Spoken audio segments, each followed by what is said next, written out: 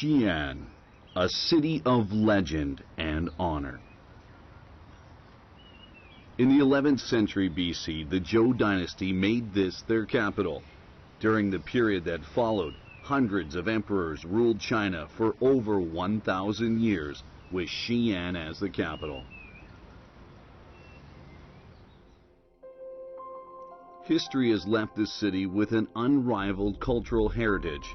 Today, to the north of Xi'an, there is a large cultural site.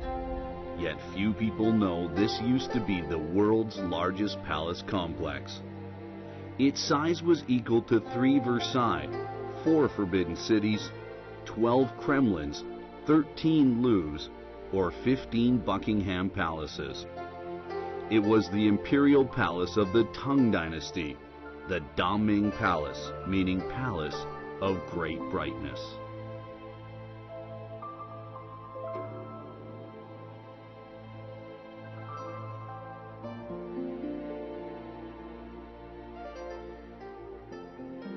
The Daming Palace has left behind memories of an era and a long-buried secret of an ancient kingdom.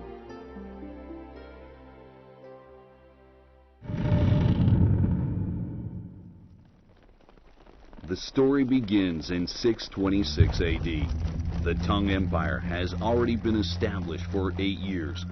A long, premeditated coup is being secretly prepared at Xuanwu Gate in the capital, Chang'an. 我想啊，秦王不会今天下手，等进宫见过父亲，再做决定。大哥，情形不对。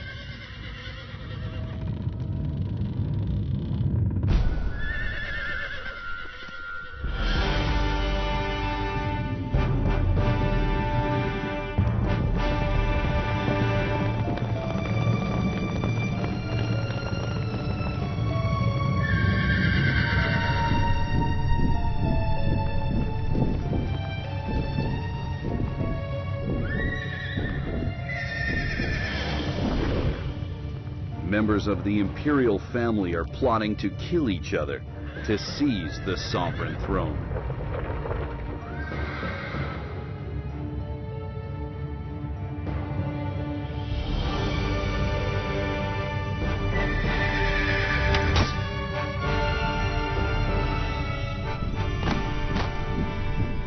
The coup, which shakes the Tang Empire to its core, lasts only a few hours. At dawn on June 4th, the second prince, Li Shimin, kills 2 of his brothers and seizes the supreme power of the empire. The coup has greatly influenced the history of the Tang Empire. Li Shimin becomes the new emperor, and an incomparable palace will soon come into being.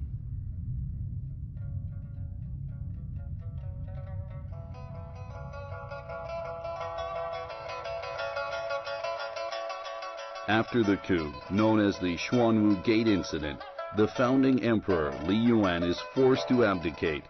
The new emperor, Li Shimin, is known in Chinese history as the famous Emperor Taizong. The northern nomadic tribes all swear allegiance to him in 630 AD and address him as Heavenly Chang'an. It's the first time in Chinese history that an emperor is held as such high esteem by neighboring nomadic tribes. Under Li Shimin's painstaking management, a period of strength and prosperity begins for the Tang Empire.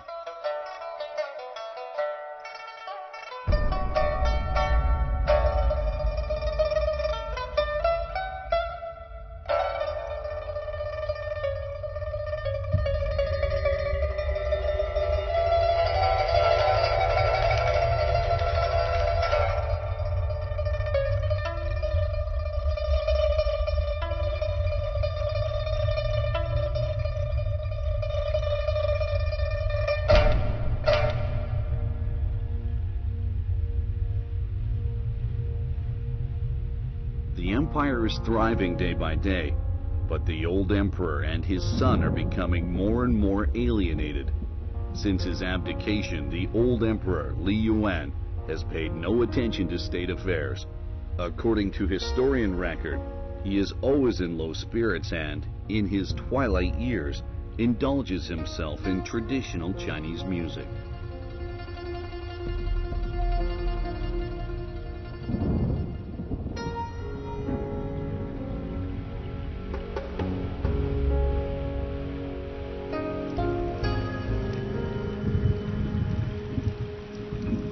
The new emperor Taizong has fought unswervingly for the establishment of the empire. Under his governance, the empire attains unprecedented achievements. Yet he has never enjoyed a single moment of peace in his heart because he has forced his father to abdicate. He is an emperor seeking perfection. He not only hopes that the empire would continue to flourish, but also hopes that his father will be happy in his old age. In the summer of 632 AD, Emperor Taizong decides to take a summer break in the suburbs of Chang'an, but his father refuses to go with him. The Tang emperors lived in the imperial palace built during the previous dynasty called the Taiji Palace, yet it's quite an inhospitable place to live in. Chang'an City has been built according to the principles of one of China's most ancient classics, the Book of Changes. When observing celestial phenomena, ancient Chinese people noticed that the North Star is located at the center of the northern sky, surrounded by other stars. They believe that the God of Heaven lives on that star. The emperors are considered sons of the God of Heaven. Following theories connected to the North Star, the Taiji Palace, home to the emperors, has been built in the center of the northern district of Chang'an City.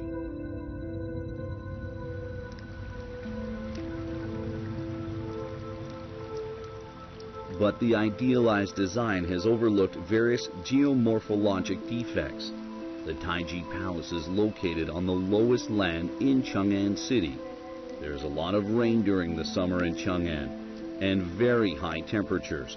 The palace is therefore usually damp and hot.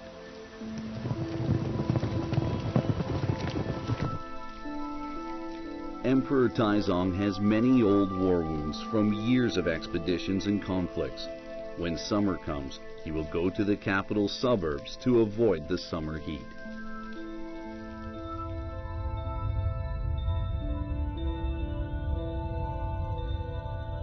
Emperor Taizong's summer resort is about 150 kilometers away from the capital. It is built in the previous era, the Sui. According to historical records, the founding emperor of the Sui Dynasty died there. Rumor has it that he was murdered by his tyrannical son.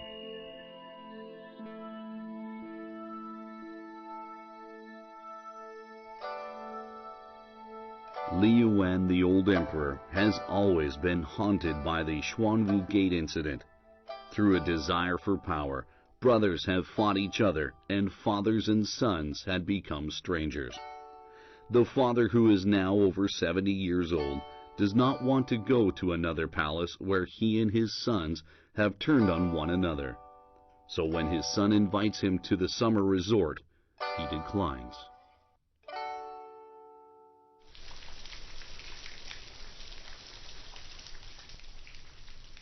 As all this is taking place, an official proposes the construction of a new summer resort in Chang'an for the old emperor to show Taizong's filial piety towards his father.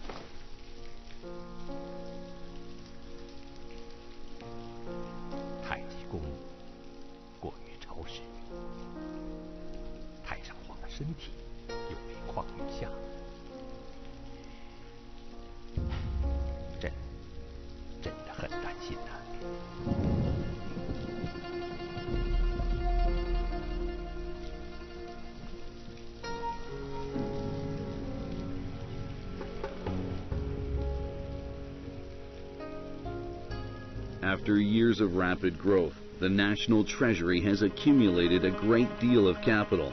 Emperor Taizong accepts the proposal. he decides to build a summer resort for his father.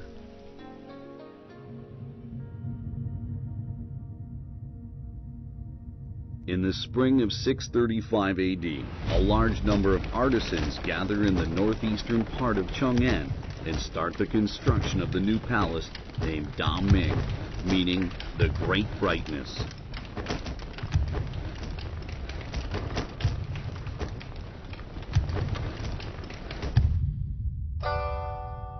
Emperor Taizong hopes to show his filial piety through the construction of the palace. Yet shortly after the building work starts, his father passes away. The construction of the palace stops abruptly.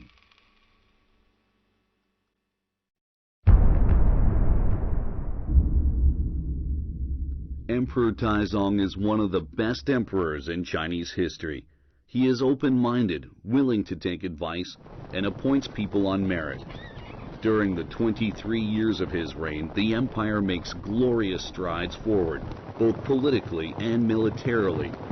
In 630 AD, all the northern Turkic people submit to the empire.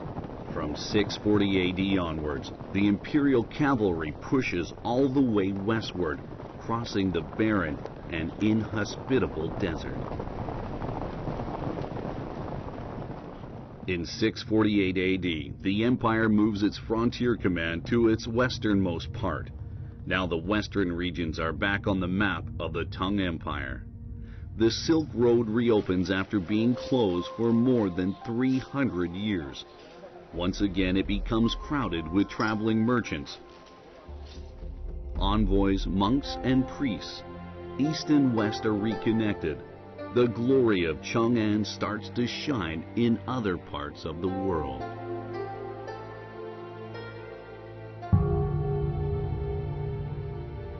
Emperor Taizong has created an outstanding, flourishing age in Chinese history. It is a golden age when people live peaceful and comfortable lives. Yet Emperor Taizong rarely feels happy. Apart from the burdensome affairs of politics, he has exhausted his efforts in choosing an heir for the throne. From the bottom of his heart, Emperor Taizong hopes that the glory of the Li family will be passed on down the generations.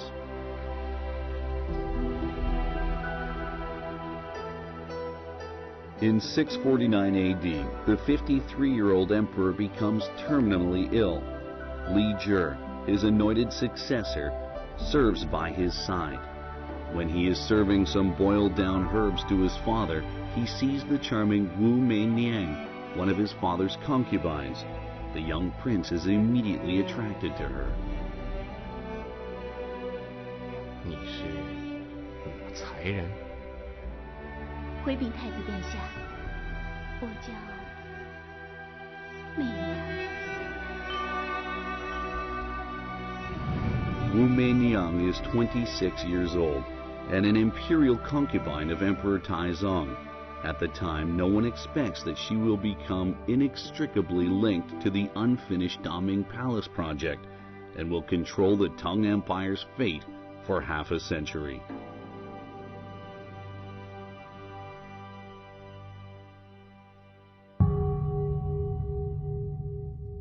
In the summer of that year, Emperor Taizong passes away.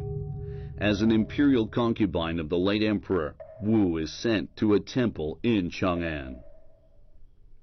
According to the laws of the Tang Dynasty, after an emperor dies, his concubines who have not borne any children will be sent to Taoist or Buddhist temples.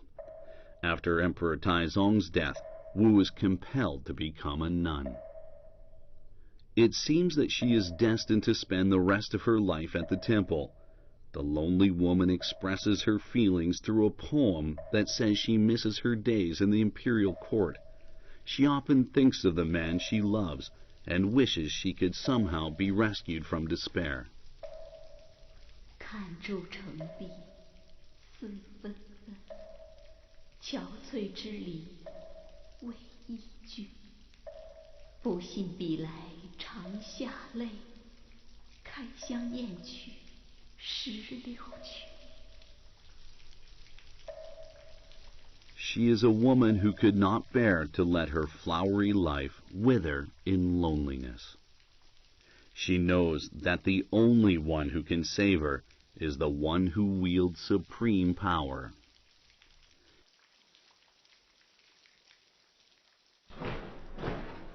Eventually, her poem is sent to the Taiji Palace. The former prince has now become emperor, known as Gaozong, yet his feelings for Wu has not ceased, even for a moment. He cannot forget this woman who once belonged to his father. Therefore, Gaozong arranges for the return of this woman not long after he succeeds his late father.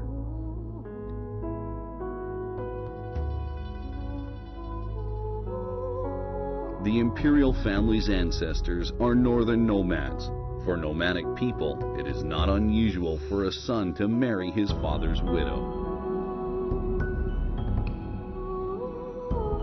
In 655 AD, the former imperial concubine becomes the new empress. This type of woman is previously unknown in Chinese history, a combination of beauty and wisdom. Yet what makes her unique is her boundless desire for power. As luck would have it, she is soon presented with a golden opportunity to achieve her goals and ambitions.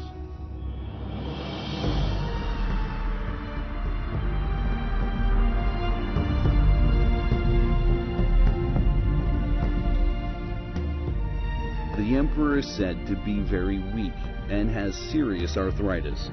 Some scholars have speculated that it could have been a genetic disease that ran in the imperial family. The emperor's frail physique creates opportunities for the empress's rise to power and directly leads to the reconstruction of the Daming Palace.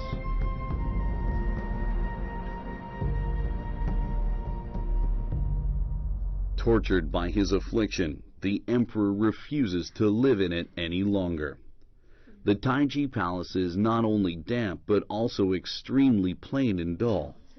At the time of Emperor Gaozong's reign, the thriving empire is in urgent need of a palace that reflects how the empire is flourishing and can well afford it. After a break of several years, construction of the Daming Palace is restarted. In the spring of 662 AD, tens of thousands of artisans gather once again in the northeast of Chang'an city. At last, this large-scale imperial project is back on track.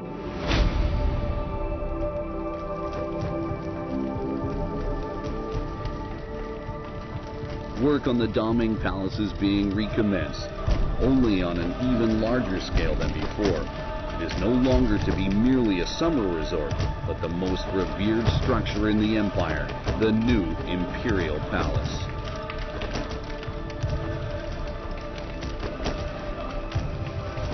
A famous poet describes the spectacular scenes of the construction. Construction materials pile up like mountains. The timber is from the distant south. The sound of wood cutting echoes in the valleys.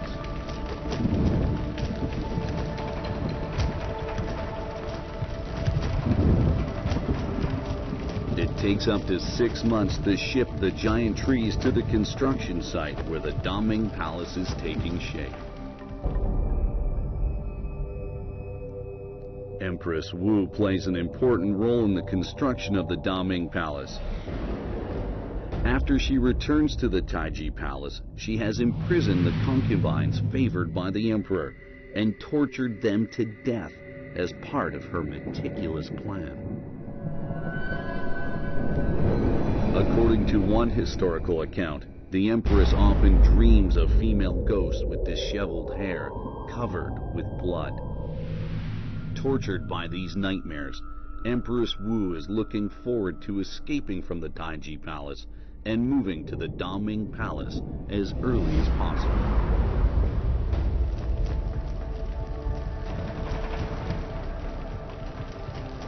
It is the largest construction project since the founding of the empire. projects on such a large scale are extremely rare in Chinese history.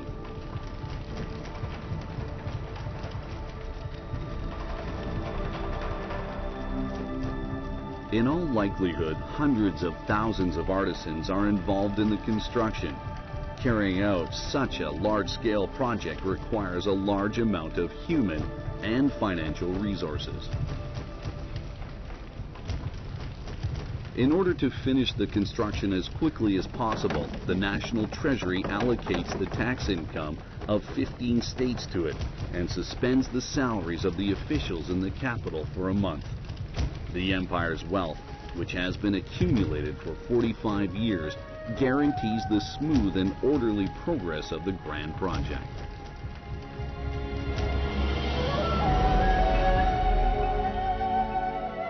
According to historical records, the supervisor of the project is a young minister in charge of agriculture.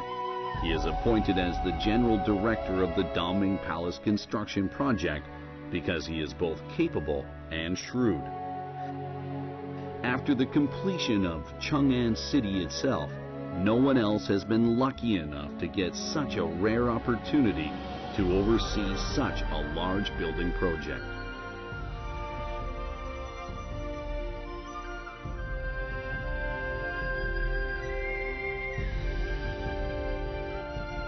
This supreme imperial project requires not only a cautious and conscientious supervisor, but also a talented designer.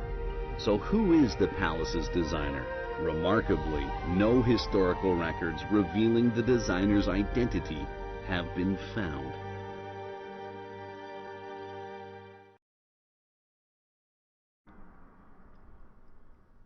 Nevertheless, at the time the Daming Palace is being built, a man called Yan Li Ben is the court architect of the empire. He comes from a family of architects. His father designed palaces for the previous empire. His late brother was a court architect and minister of public works. Now he is the court architect, who is responsible for the design and construction of imperial projects. It is reasonable to presume that the designer of the Daming Palace is Yan Li Ben, who is also a well-established painter. This important imperial palace must surely have been a project assigned to the most talented artist in the empire.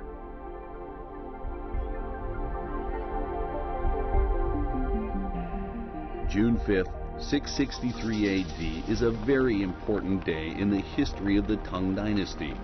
The imperial family can't wait any longer and starts to move into the not yet completed Daming Palace. The Taiji Palace is bustling with noise and excitement. Maids and eunuchs are all busy packing and moving things. The imperial guards have secured the route between the Taiji Palace and the Daming Palace. Moving to a new palace is not only a private matter that affects the imperial family, but also a big event for the entire empire. There mustn't be the slightest slip. The imperial family has finally left the palace they have lived in for 45 years. From now on, the empire's power center is relocated to the Daming Palace. Going north along Chang'an City's central axis across the Imperial City and the Taiji Palace, and then going eastward, you will arrive at the south gate of the Daming Palace, the Gate of Phoenix. It is the main entrance of the Daming Palace and is probably one of the largest city gates in Chinese history. An ordinary city gate usually has 3 gateways, but this gate has 5. It has wide gateways, high abutment walls, and magnificent chambers. A city gate of such a large scale is very rare in Chinese architectural history.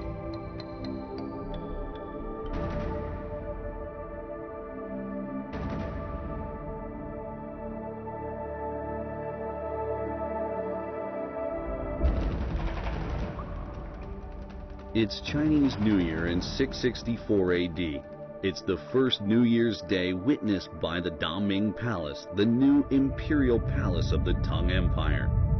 The grand morning meeting is the most solemn ceremony of the empire. For officials, entering the palace through the gate of Phoenix on New Year's Day means supreme glory.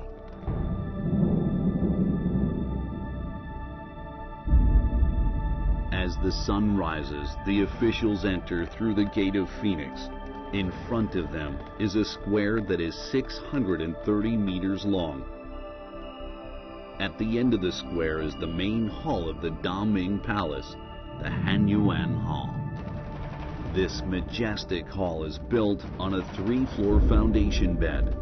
There are high watchtowers to the east and west of the hall, which are like the wings of a flying roc, the mythical giant bird of legend. Li Hua, a poet of the Tang Dynasty, describes the watchtowers like this. If you enter the gate and look up at the buildings, the hall is like the head of a dragon, and the watchtowers wings of a phoenix. If you look at them from a distance, they are as high as towering trees and almost reach the sky.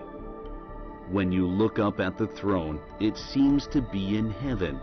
If you look down, you can clearly see the mountains in the south. With towering watchtowers reaching straight to the sky, the grand and magnificent Hanyuan Hall is the most majestic palace in China's history. Hundreds of Chinese kings and emperors have countless palaces constructed, but to this day, the Hanyuan Hall is second to none, both in terms of scale and magnificence.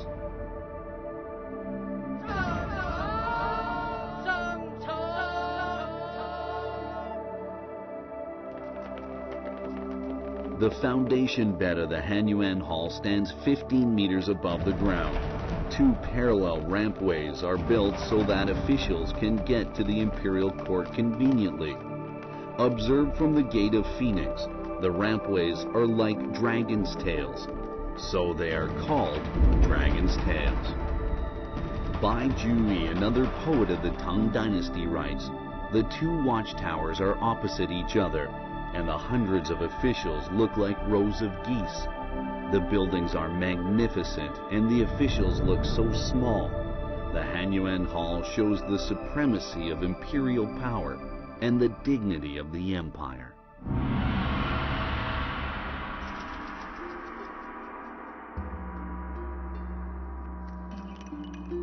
It is time for the grand morning meeting. The emperor and the empress enter the Hanyuan Hall.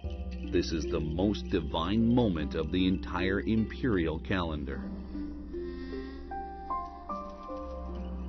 The empire is becoming more and more prosperous. The emperor's only concern is his failing health.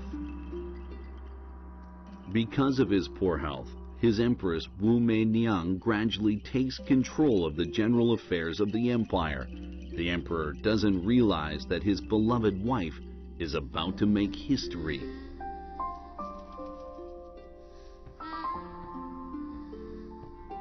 The grand morning meeting is the empire's most solemn annual ceremony.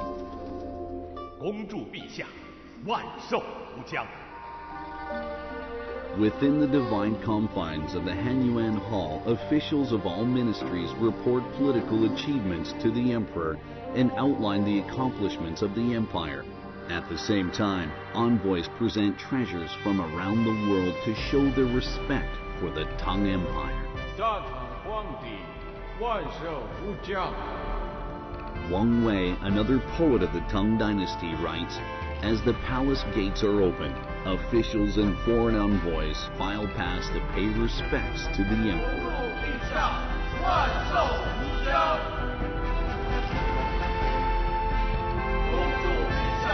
The Tang Empire is now the most prosperous nation in the world. Foreign envoys hope to make contact with the Tang Emperor.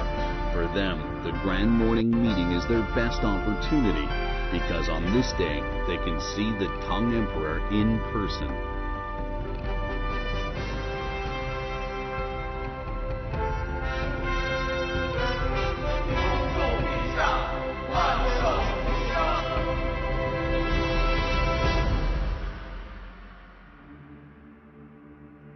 poet Li Hua describes the Daming Palace like this.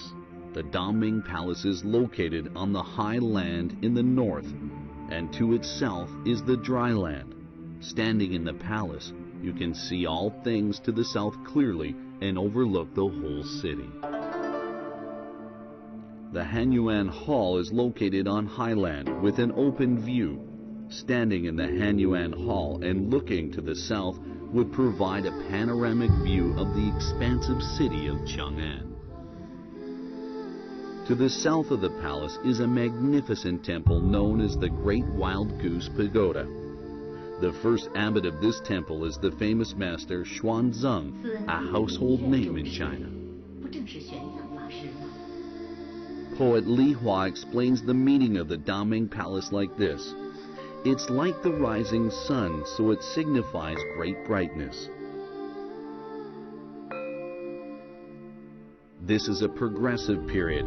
It's all-embracing and not ostentatious. It's vigorous and not artificial. The Hanyuan Hall is the best architectural reflection of that period. It's like the brilliant sun and shines in the sky of the Tang Empire.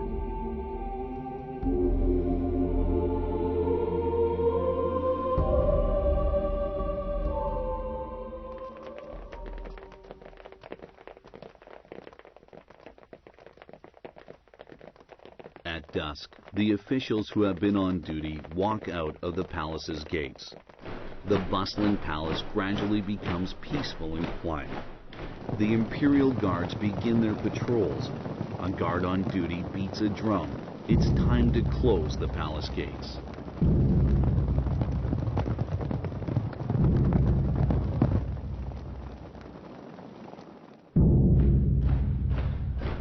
The drums in the Daming Palace are beaten first as a signal, then 3 street drums throughout the whole city are beaten. A curfew system is enforced in Chang'an City, and to the sound of the beating drums, the city gates are closed.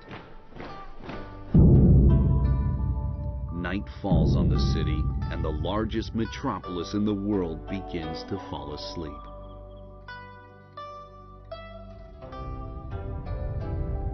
The Daming Palace is the emperor's residence. It's also the seat of power of the whole empire. This great empire is well maintained through a strict management system.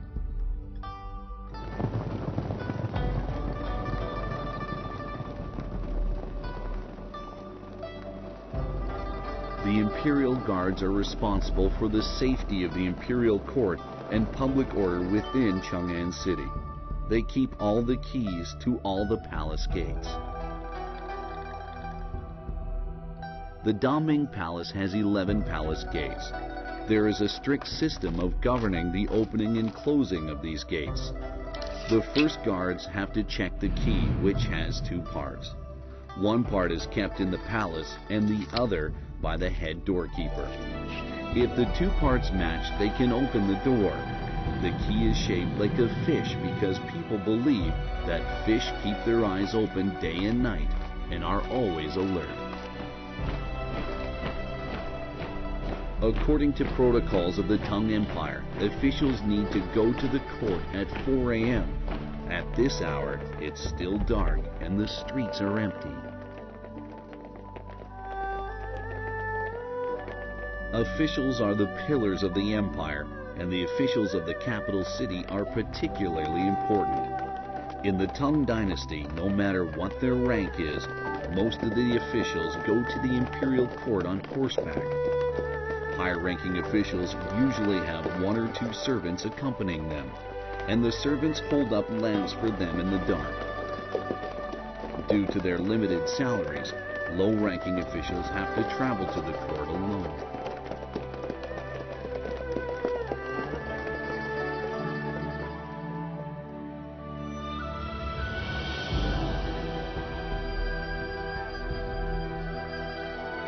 The Daming Palace is located to the northeast of Chang'an City, quite a long way from where the officials live, so it's not easy for them to get to the court.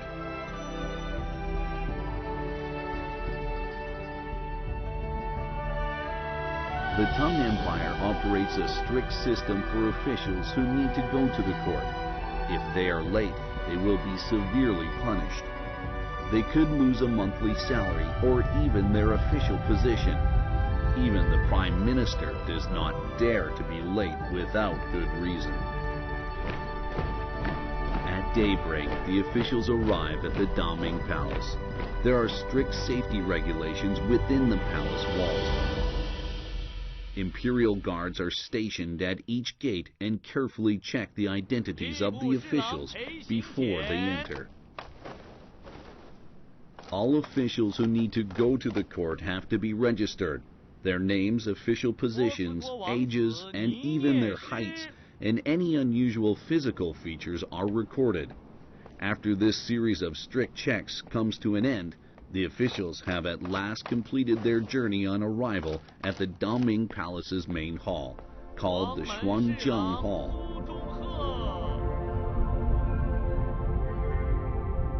The Hanyuan Hall, the Xuanzheng Hall, and the Xi'an Hall are respectively the outer court, middle court, and inner court. The Xuanzheng Hall is to the north of the Hanyuan Hall, and state affairs are handled here. Grand celebrations are usually held in the Hanyuan Hall.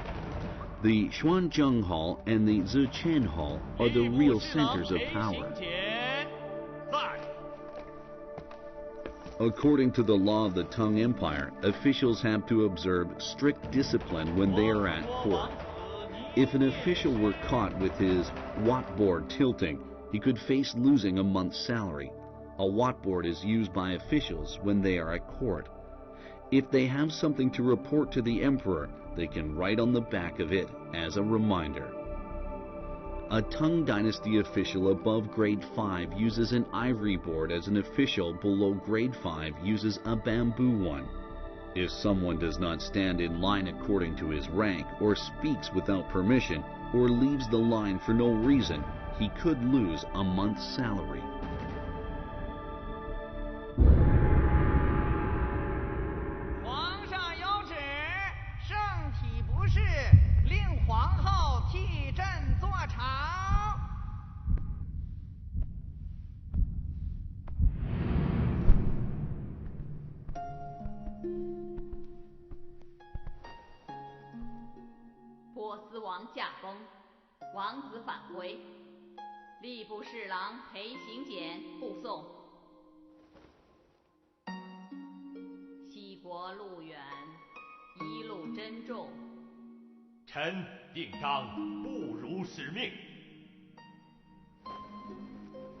After the morning meeting, officials go to their offices. The office of the Chancellery is to the east of the Xuanzheng Hall, and the office to the Secretariat is to the west. The Chancellery, the Secretariat, and the Department of State Affairs handle matters according to the imperial decrees, and they are organs of state power. The Tang Empire has created its effective central management system based on the system of the previous dynasty. The system of 3 departments and 6 ministries established by the Sui Dynasty and perfected in the Tang Dynasty has clear-cut responsibilities and provides a form of check and balance. It's a highly effective system. Historians believe that under the condition of that time, the central management system of the Tang Empire has almost reached a state of perfection. After the morning meeting is over, Empress Wu summons one of the military commanders, General Pei, and a Persian prince in the Xi'an Hall, which is the inner court area. For officials, it's a great honor to be summoned to the Xi'an Hall by Empress Wu.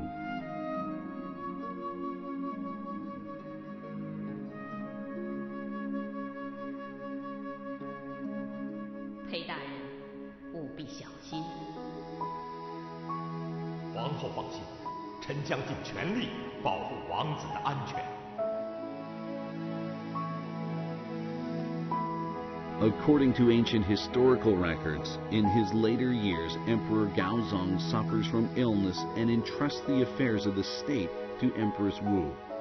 This woman, who is to become very powerful, begins to control the largest empire of the world from the Xi'an Hall of the Daming Palace. The Persian prince has grown up in Chang'an. He is a military commander in the Tang army. After his father dies, he is to return to Persia to succeed to the throne. In 679 AD, General Pei escorts him back to Persia.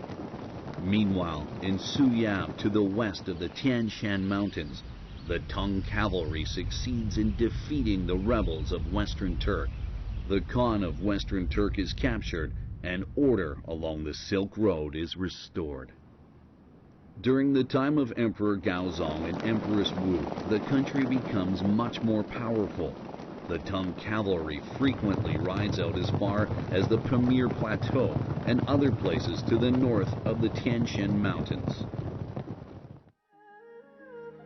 Emperor Gaozong has no other concerns except his failing health.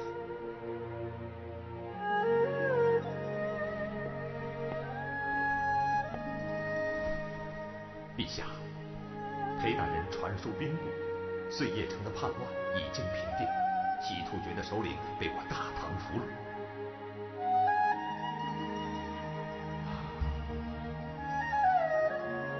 传旨裴行俭在碎叶城刻石记功。皇上英明，大唐的圣明才可以远播聪明。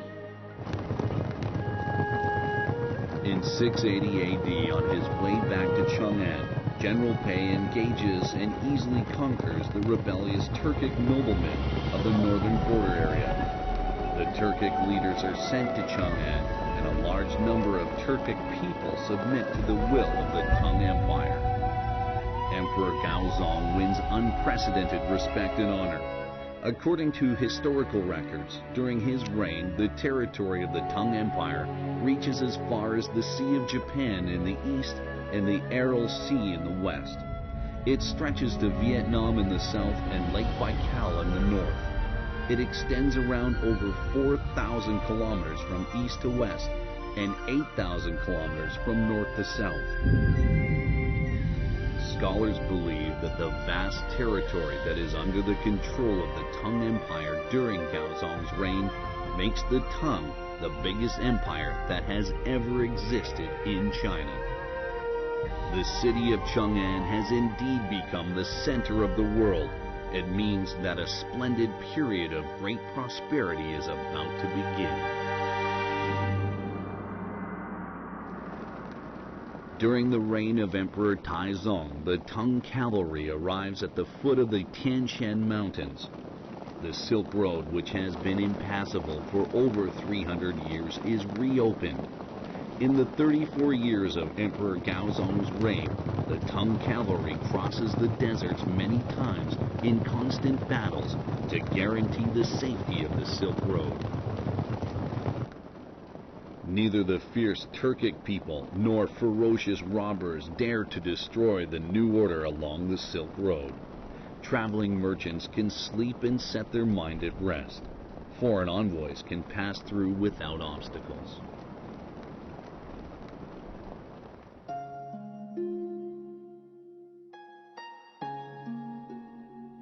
Silk and tea from the east are exported from Chang'an to Rome.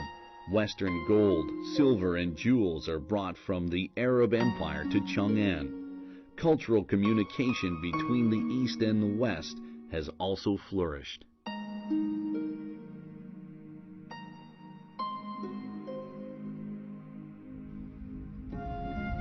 After the opening of the Silk Road, people from ethnic minorities living in Western regions and in what today we know as Central Asia have been migrating to the Central Plains area. These people are generally known as foreigners. In Chang'an, the capital city of the Tang Dynasty, such foreigners can be found everywhere. According to historical records, the foreigners often wear hats of the Han style, while the Han people sometimes wear clothes of foreign styles. Some scholars speculate that there are as many as 100,000 foreigners in Chang'an. Among the foreigners, the Sogdian people, who are excellent merchants, control the trade in the Western market. Dancing girls from the Kucha are popular in local taverns. The people from Kotana are famous for their painting skills, and musicians from Gaocheng are often selected by the imperial family to perform at the imperial court. That's not all. Many foreigners serve the imperial family directly. Many are employed as imperial guards. Even the captain of the imperial guards is a foreigner. The Tang Empire is all-embracing in politics. In economic matters, people of all ethnic backgrounds compete with each other.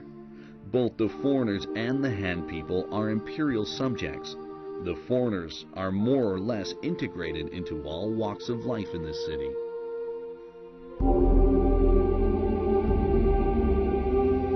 The rulers of the Tang Empire are magnanimous and confident.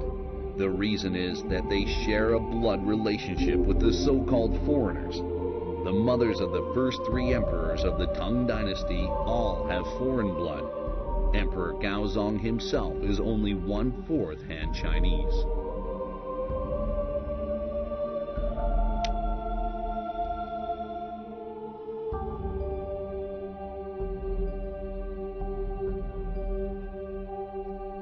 The Han people have become as strong as the Hu people and the foreigners, who in turn have learned much from Han culture.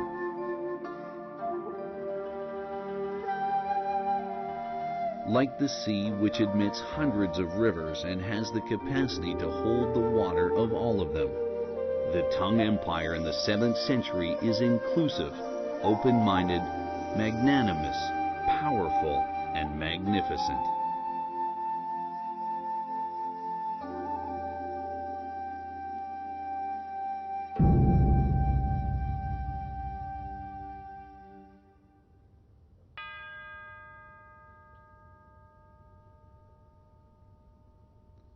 Chinese history has not seen Emperor Gaozong in a very favorable light.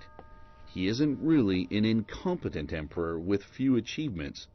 In fact, he has integrated the Confucian classics, improved the imperial examination system, and perfected the laws that govern society. In a word, he has made the empire stronger. At the end of his life, the 56-year-old emperor expresses his wish like this: "If the gods give me another month and I can return to Chang'an, then I will have no regrets."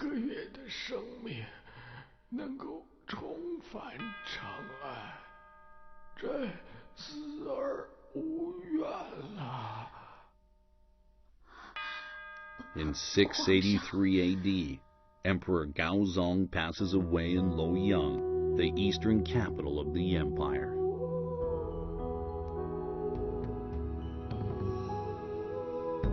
After that, Empress Wu assimilates all power to herself, either to avoid the shadow of the Tang Empire or to escape from her nightmares. Wu Zetian leaves Chang'an and chooses Luoyang as her eastern capital.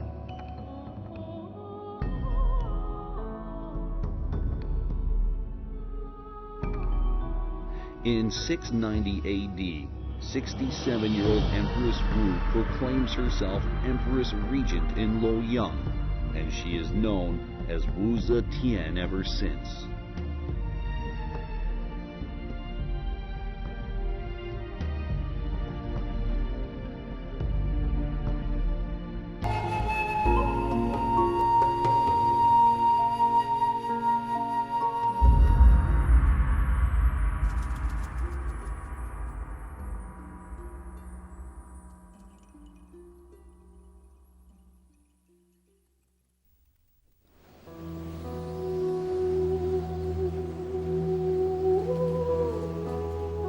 In 690 AD, in Luoyang, the eastern capital of the Tang Dynasty, a woman finally took the throne. She struggled for her entire life to secure supreme power for herself, something which had previously seemed to be a privilege only for men. Wu Zetian's achievements were unparalleled in the history of China. Wu was the only female emperor of over 200 who had ruled China for a period of 2,000 years.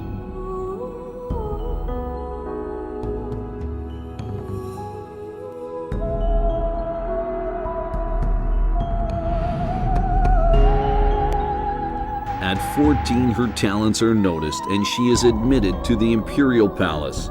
At 26, she is forced to become a nun. At 32, she officially becomes the Empress of Emperor Gaozong. At 60, she starts to monopolize imperial power, and at 67, she is honored as the sacred and divine Empress Regent. For a woman to achieve all of this is an unbelievable miracle.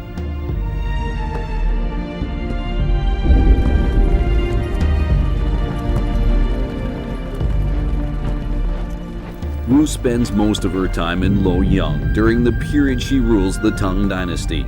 In 701 AD, she finally returns to Chang'an. She is 78 years old.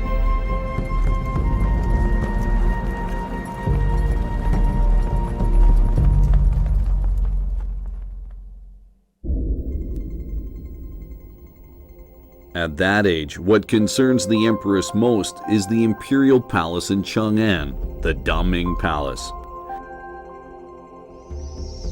Over 30 years ago, she not only helped construct the palace, but also started to reign from behind the curtain at the palace. It was at the Daming Palace that Wu had climbed the ladder of power step by step. Having been away for many years, she has now returned to the Daming Palace.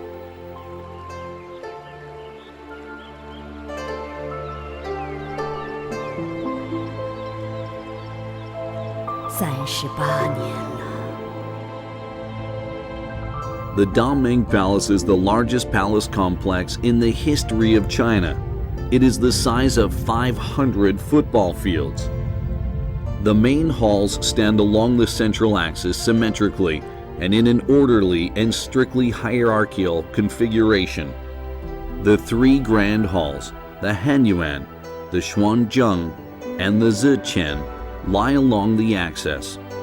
The three grand halls in the south are places for emperors to hold court and deal with state affairs. Those in the north are places for the imperial family to live, which are the most luxurious and magnificent places of their kind in the Tang Dynasty.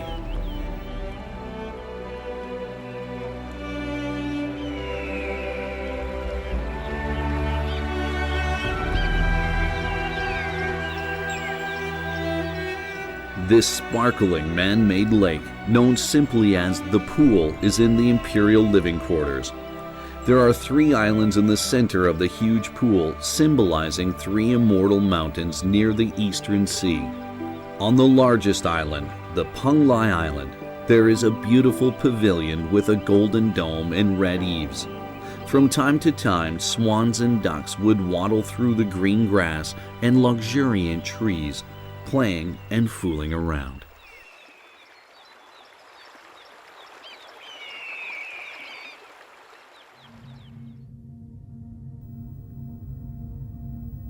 The most prominent palace in the imperial gardens is the Linde Hall.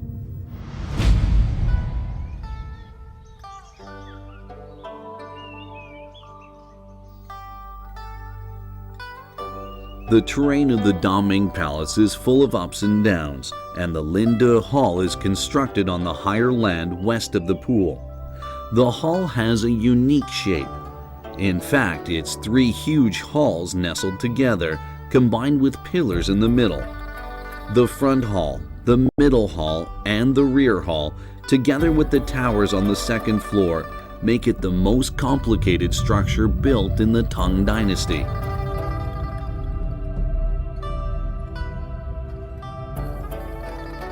The Linde Hall's triple-layered pattern is also unprecedented in the history of ancient Chinese architecture.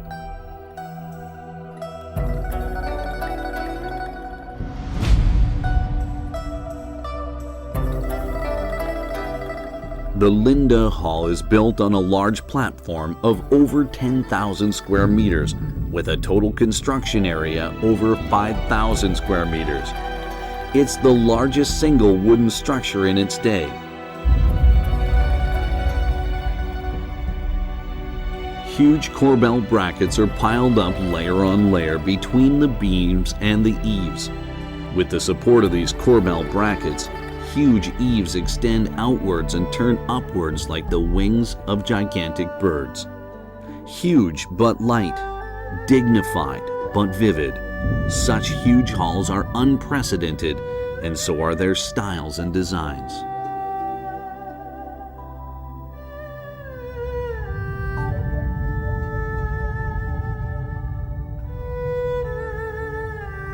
Neat but not stiff, luxurious but not fragile.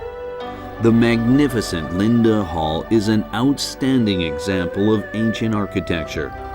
With vigorous manner and dignified style, it symbolizes the splendid achievements of the Tang Dynasty's architectural art.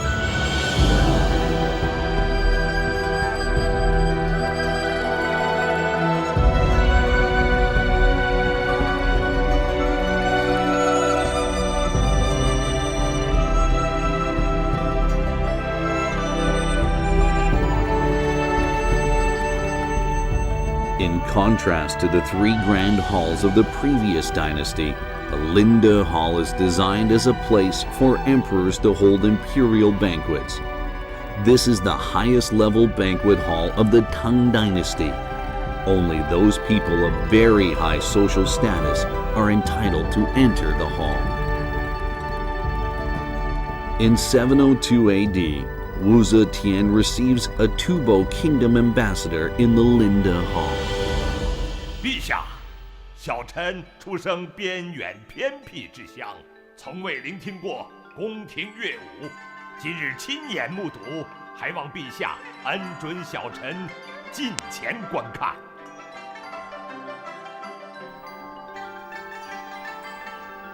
The Tubo people who live on the frontier have never seen such huge palaces, beautiful dances, colorful costumes, and a powerful female emperor.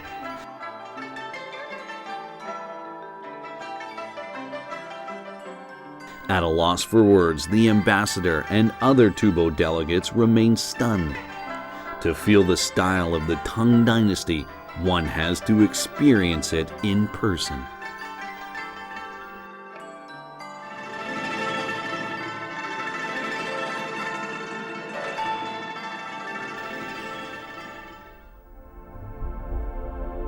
Wu's life symbolizes an era. At that time, Chinese women have unprecedented living space and freedom, and their social status is raised considerably. In the Daming Palace, the highest ruler is a woman. Female officials always participate in political events and give orders, playing a role that has only previously belonged to men. Women's lives are almost the same as men's, especially those of imperial beauties and noble women.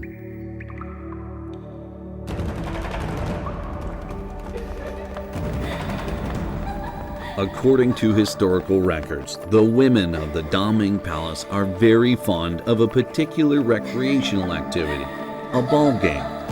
Having originated from military training, the game becomes a popular sport in ancient China. It is similar to the modern sport of soccer. Before the Tang Dynasty, this game has not been thought suitable for women. But in the Daming Palace in Chang'an and throughout the Tang Empire,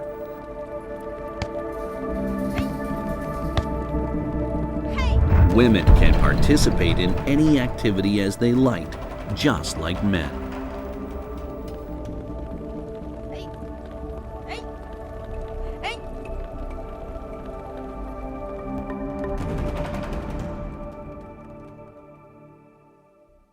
According to historical records, the women even have a big say in marriage.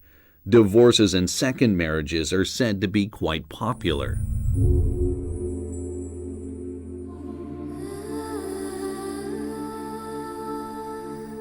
In this period, women's clothes are both expressive and gorgeous. Veils that covered the face are gone. Women's beautiful faces are completely exposed to the sun. Starting at the Daming Temple and reaching a wider public, a kind of colorless female outfit starts to become popular throughout Chang'an. No lingerie is worn with these outfits. Dresses and ribbons flow with the wind. The freedoms of the women of the Tang Dynasty far exceed anything that could be imagined by people in other eras, and still surprises today.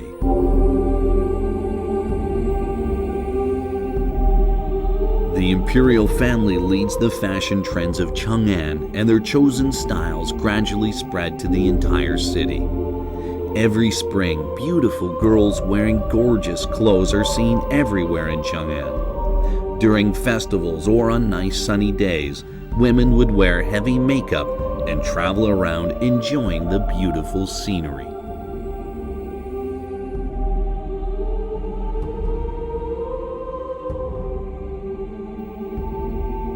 Today, we can still feel their passion and sense their overwhelming vigor from these mural paintings dating back to the Tang Dynasty.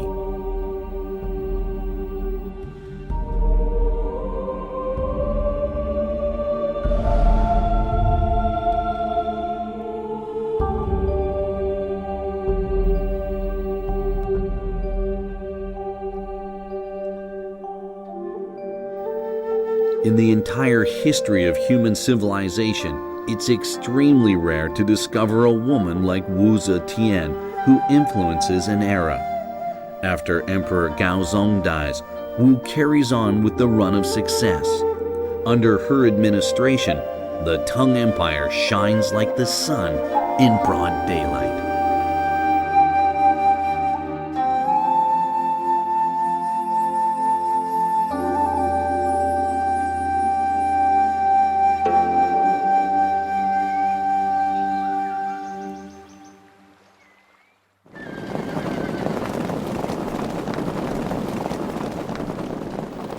In December 702 AD, the Tang Dynasty establishes an outpost north of the Tian Shan Mountains, taking control of a vast expanse of territory.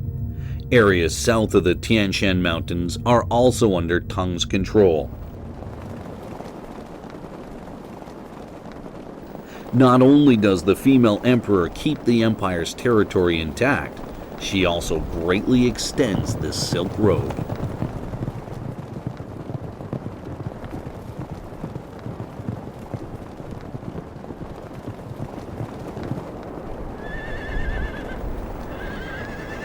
Wu Zetian has left us with many legacies. She created the imperial examinations in their complete form. She also established the imperial military examinations.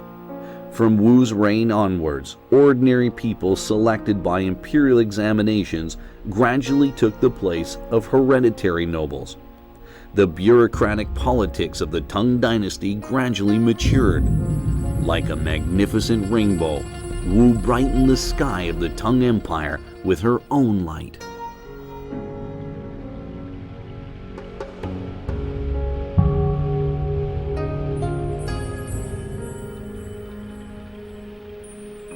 In 705 AD, 82-year-old Wu Zetian passes away, leaving behind her the Daming Palace, her brilliant and beautiful dream.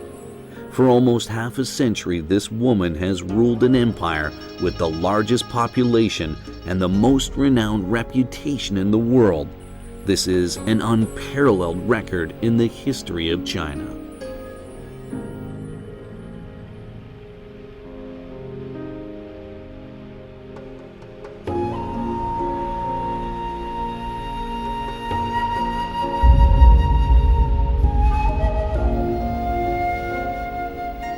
She tells her children after she dies, her title of emperor should be removed, as she wants to be buried with the title of empress.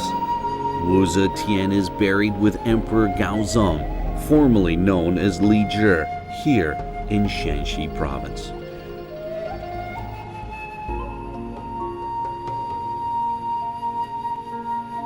Li Zhi was the only man that she trusted and had loved. Without him, there would never have been Emperor Wu Zetian.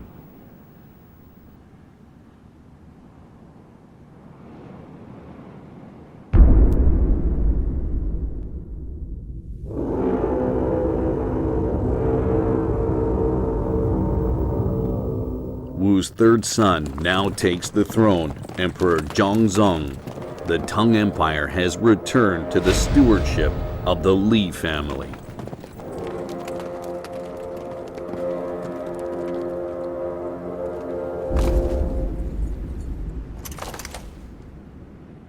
In 709 AD, the Tubo ambassador visits the Daming Palace for the third time.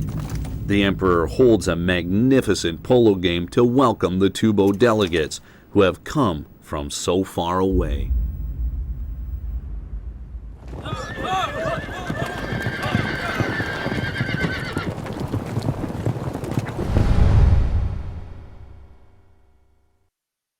According to ancient Chinese records, polo is also called striking a ball. It is said that this most opulent sport originated in Persia. Other records say it originated on the northwestern plateau of ancient Tibet. Ancient Tibetans are said to be good at riding and especially good at playing polo.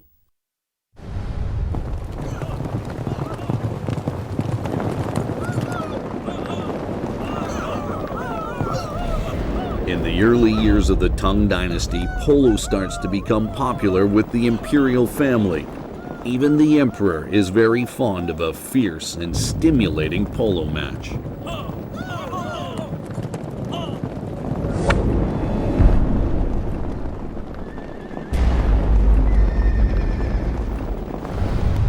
Several polo fields are built in the grounds of the Daming Palace to meet the imperial family's requirements. Imperial guards, nobles, and officials are all very keen on playing polo. This match is between the Imperial Polo Team and the Tubo Polo Team. The Imperial Polo Team is comprised of guards from the Daming Palace, while the Tubo Team is made up of Tubo nobles who love riding.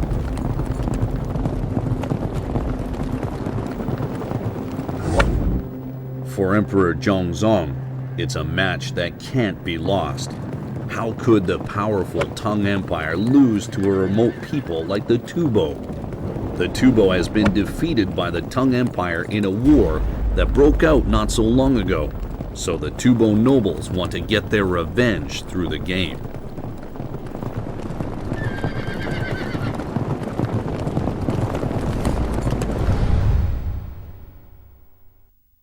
Polo is a typical man sport. It's highly demanding on both the riders and the horses. Polo horses have to go through strict training, and their training is even tougher than war horses.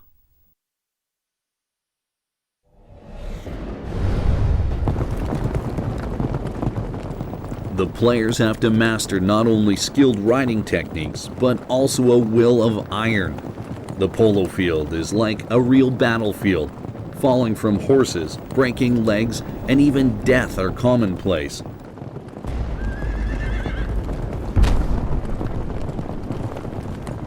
This is an extremely dangerous recreational activity. Not long after the match starts, the Imperial team becomes very passive. It's obvious that the Imperial guards are no match for the Tubo players. The Tubo players have a good reputation and are really good at hitting the ball.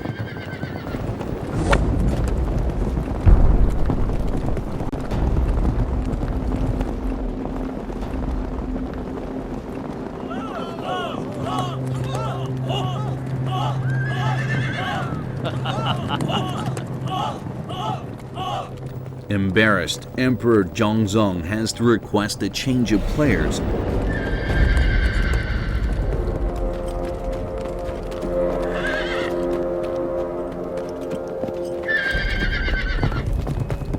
The game restarts.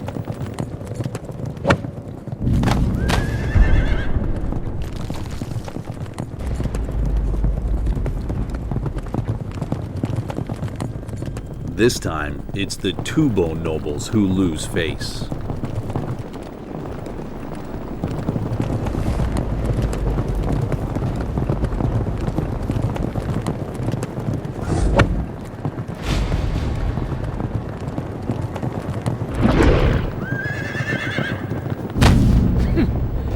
The game ends with victory for the Imperial team, and the reputation of the Tang Empire is intact.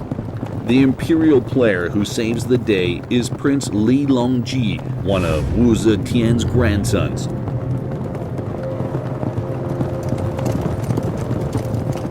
He's now 24 years old. He will soon step onto the historical stage of the Tang Dynasty and make his mark.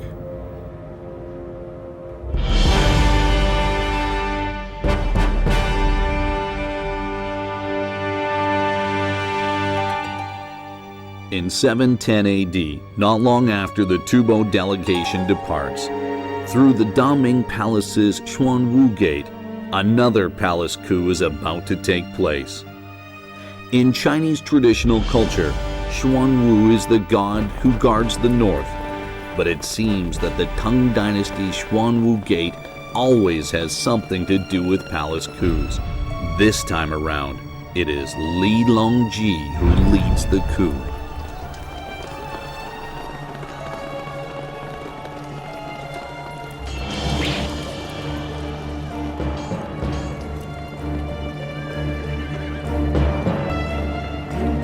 Emperor Zhongzong succeeds Wu Zetian as emperor, but he is irresolute and hesitant, and power gradually falls into the hands of Empress Wei, disrupting the proper line of authority. Li Longji has stood up for himself when the empire needs him most. Empress Wei, who intends to seize power, is killed, and lawful order restored to the empire.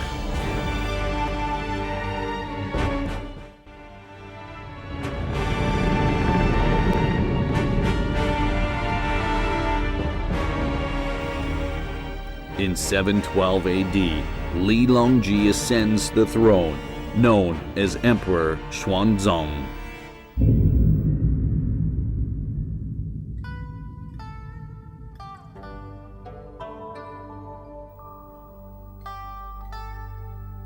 He holds a special imperial examination in the Xunjiang Hall of the Daming Palace soon afterwards. The examinees are newly appointed county magistrates.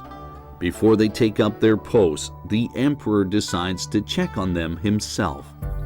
He believes the root of an empire lies in its thousands of counties.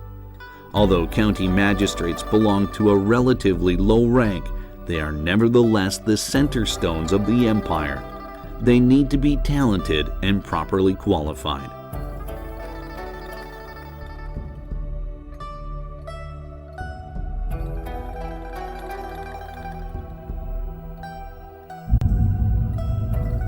The imperial examination system is first established in the Sui Dynasty. Since that time, scholars have been able to enter the imperial court based on their talent and work for the empire. After the Tang Dynasty is established, the imperial examination system gradually matures, and more scholars become useful talents of the empire. As an emperor, Li Longji has improved the imperial examination system. He sets restrictions on the quantity while raising the quality of officials. At the same time, he introduces a rotation system between central and regional officials.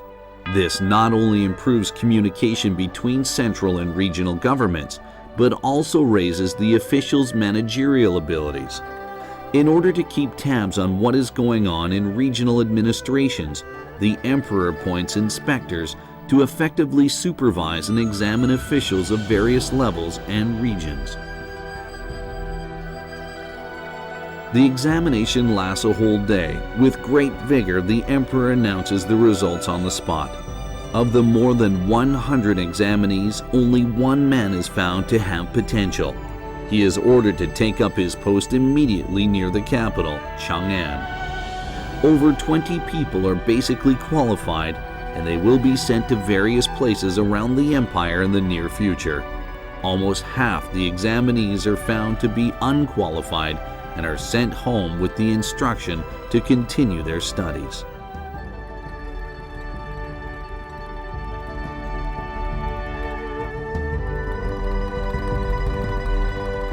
Through Emperor Xuanzang's determined efforts, the imperial court of the Tang Dynasty acquires a brand new look.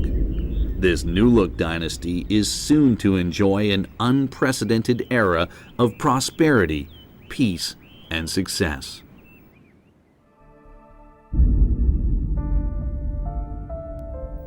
It's an era that's hard to put into words. It's in this area that a master of the Chinese language is born.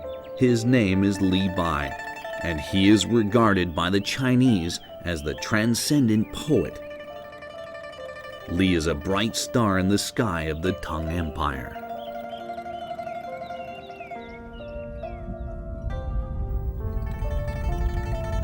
Li Bai was born in a town called Sui west of Mount Tianshan. The town had already become a place of strategic military importance on the Tang Dynasty's western frontier.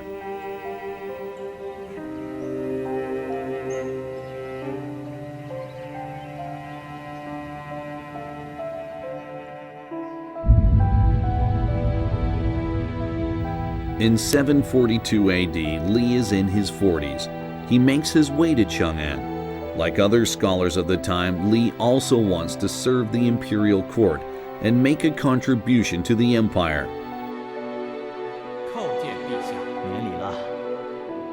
He Zhijiang is another famous poet and holds an important position. Emperor Xuanzang has a lot of trust in him. He is greatly impressed by Li's peerless talent and recommends him highly to the emperor.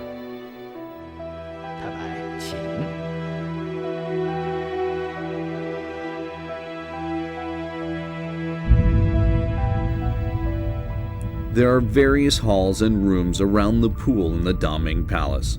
The quiet and elegant throne room is on its southern bank. The emperor often calls scholars into the room.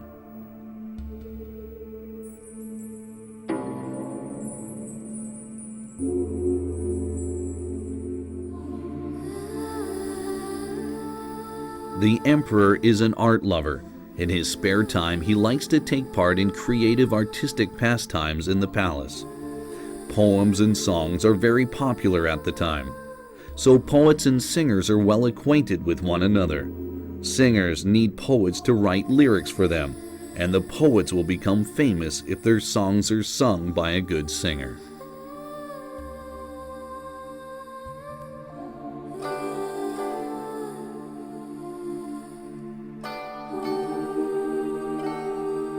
As expected, Li Bai composes a poem on the spot and writes some lyrics for the imperial singers. His unsurpassed talent impresses the emperor. Shortly afterwards, Li Bai is admitted by the Imperial Academy.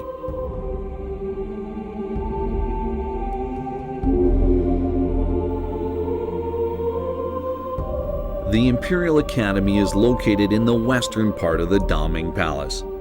It was initially established during the Tang Dynasty. Li is a secretary when he first enters the academy. The emperor loves art. He gathers the most outstanding scholars of the empire in his palace so he can call upon them anytime he wants. The scholars at the academy do not participate in politics and tend to live lives of idleness. The academy functions as an imperial art committee.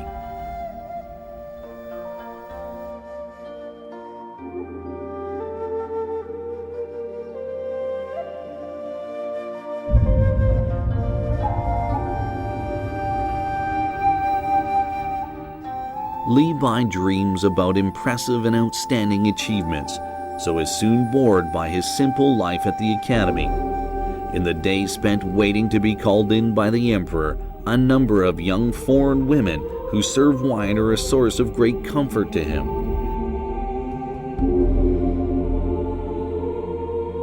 They are depicted in many of his poems.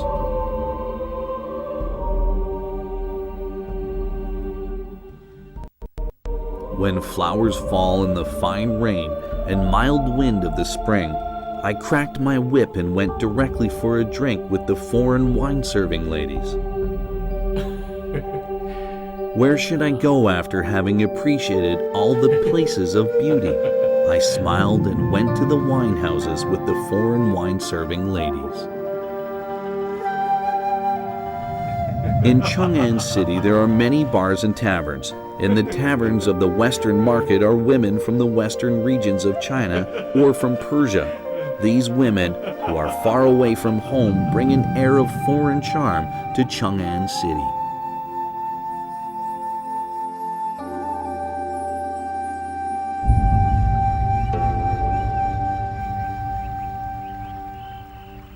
Yet the most charming place in the city is still the Daming Palace.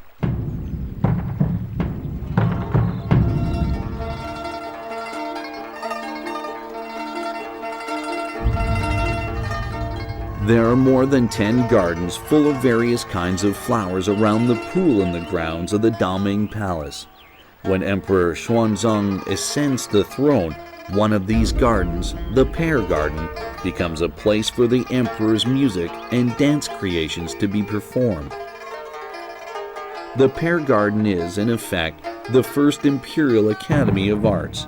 The most talented artists of the Tang Empire gather here. The imperial band is composed of 10 divisions. Each is further divided in those who stand and those who sit. Each of the 1,000 or more court musicians has unique skills. The imperial band of the Tang Empire is probably the largest of its kind in world music history. The emperor is the founder and also the most important artist of the Pear Garden.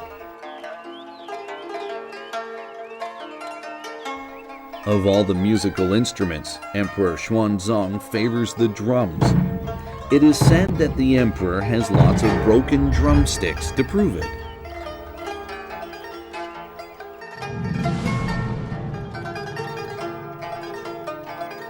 Many of the most outstanding artists of the time have left their mark in the garden, including Li Guinian the singer and Lei Haiqing the pipa player.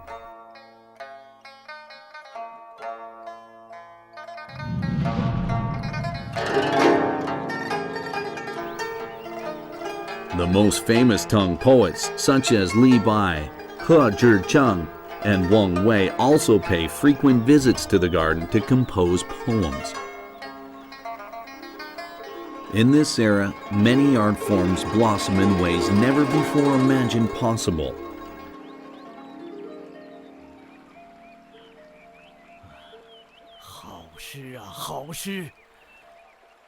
In the history of Chinese literature, the glory of Tang poetry is unmatched. Almost all art forms, including music, dance, painting, and calligraphy, reach new heights in the era.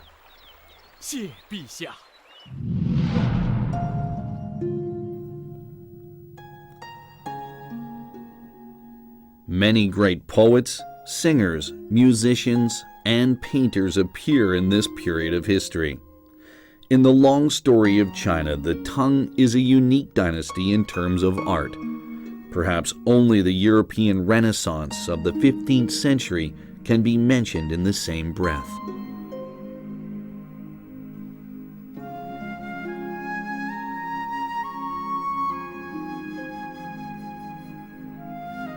We are still not quite clear why so many artistic masterpieces appear only in the Tang Dynasty. The Tang Empire has given us not only great cultural wealth, but also many unsolved mysteries.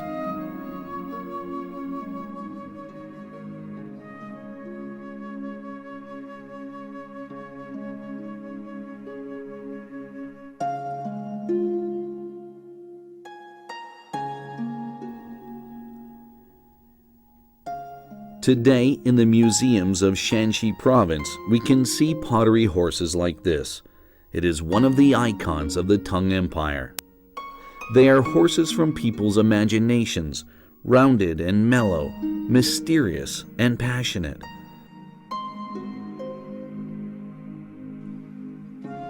perhaps through these horses we can get a feeling for the hue of the old empire.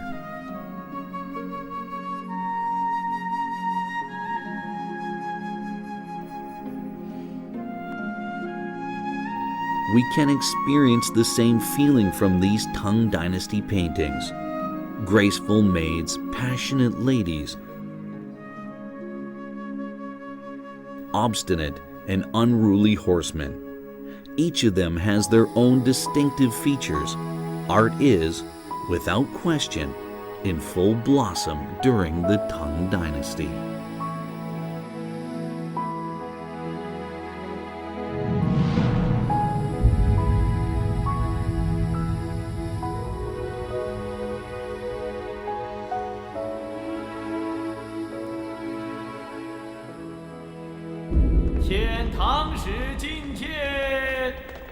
Five years into Emperor Xuanzong's reign, Japanese envoys arrive in Chang'an for the 9th time.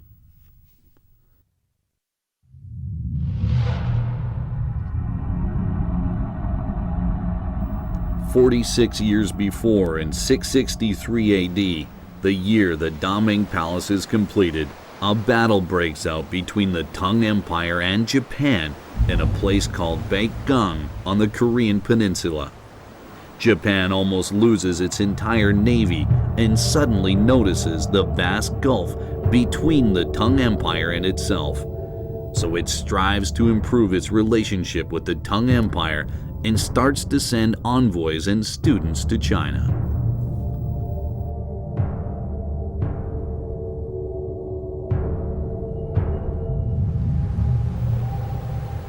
At that time, the sea route between China and Japan is extremely dangerous. Ships often sink in the ocean, but the risk of death does not stop the Japanese people from coming to China.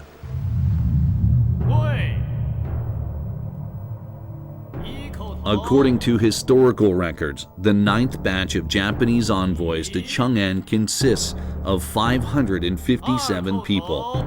In addition to an ambassador, deputy ambassadors, and other staff, there are many students aged between 18 and 19. 19-year-old Abe no Nakamura is one of them. He has probably never expected that he will spend the rest of his life in China.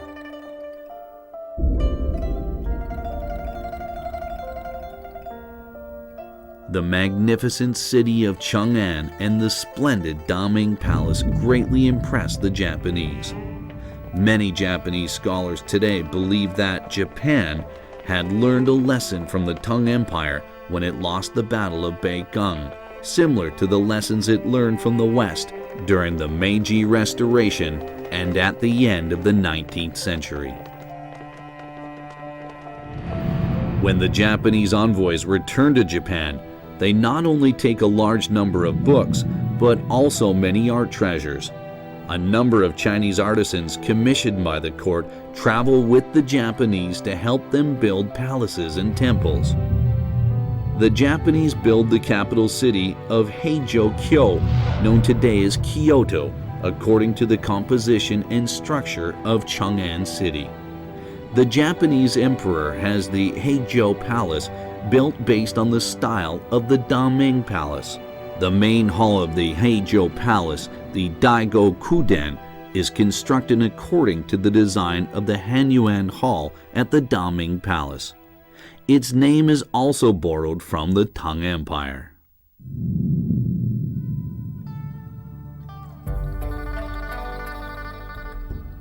The board game Go has already spread to Japan by now, yet Japan still lags behind when it comes to serious competition. In Emperor Xuanzong's time, the game is very popular in the Daming Palace. The emperor has organized several matches between the Tang Empire, Japan, and Silla, one of the three kingdoms of Korea. Japanese envoys have not only learned the advanced skills of the game, but also take many books with them about the game when they return to Japan.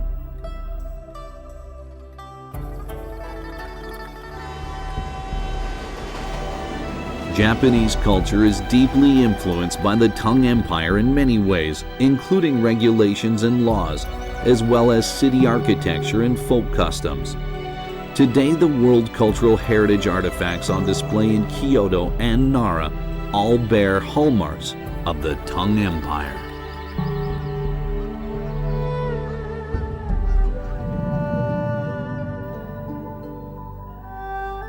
The Tang Empire provides the Japanese students with accommodation and a large number of scholarships.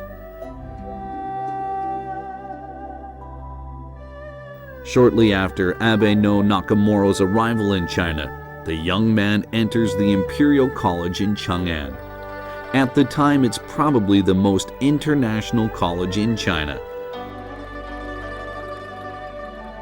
Students from Japan, Silla, the Western regions, and Persia attend classes together to study Tang culture.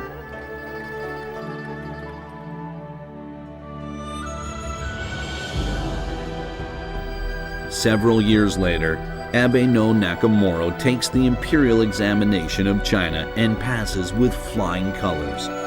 Emperor Xuanzang is said to be very fond of him and gives him a Chinese name, calling him Chao Heng. It's an unknown miracle for a foreign scholar to achieve so much in the imperial Tang court, which is filled with talent.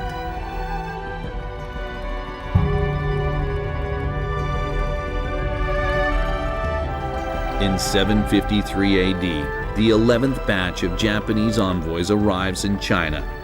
They are met by the emperor in the Daming Palace Hanyuan Hall. Envoys from Japan and Silla quarrel over the seating arrangements.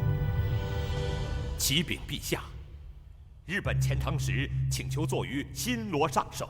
新罗猥琐偏狭，为何坐于上首？日本人羞辱新罗，请大唐皇帝明察。下去吧。For a while, the argument becomes very intense. "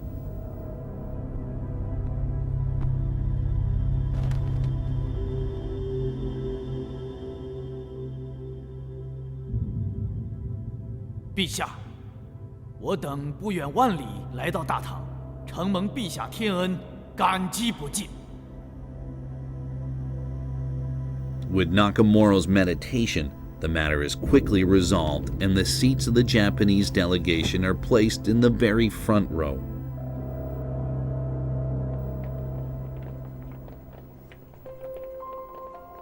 After dozens of years of effort, the former Japanese student Nakamura is promoted to head the archival bureau, in charge of the management of books and records, similar to today's curator of a national library. It is a high-level official post. Nakamura is to work for the Tang Empire and stay in China all his life. The Japanese envoy upon his return to Japan is promoted, not just once but several times, and finally to the post of Prime Minister. He makes great contributions to improving Japan's decrees and regulations based on the laws of the Tang Empire.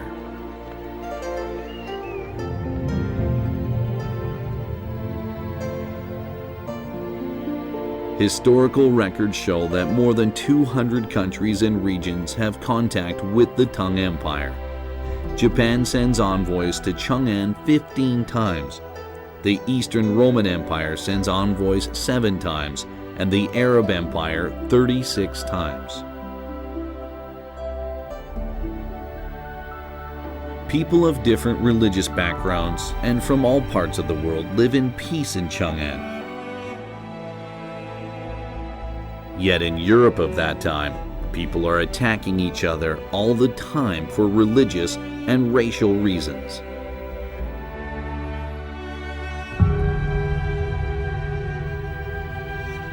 While pagans shed blood on the European continent, the Tang Empire enjoys a harmonious mixture of different races and people of different social classes.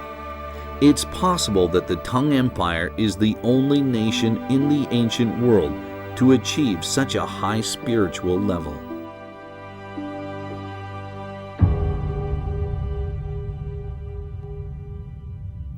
Emperor Xuanzong's achievements exceed many of those of his predecessors. Few of the emperors who come after him can surpass him. The Tang Empire is now experiencing a second heyday with a continuous success that has since become a legend in history. During the reign of Emperor Xuanzong, 321 states and 800 frontier states are under Tang jurisdiction. The population exceeds 70 million. The largest country in Europe at the time has only 3 million people.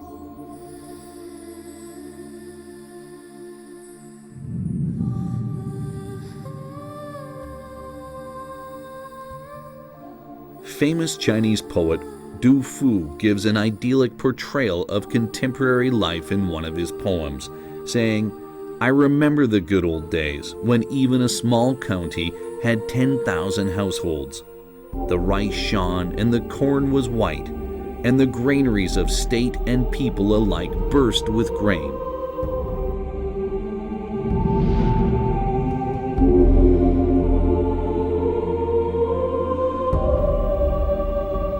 The 15th day of the first lunar month of each year is the Lantern Festival.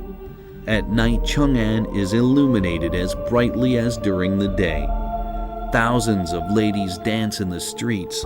They will not stop for 3 days and nights. People sing and dance to celebrate the good times. It's indeed a splendid age.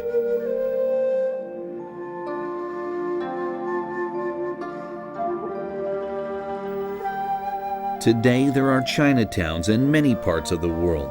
For the Chinese, though, they are really streets of the Tang people.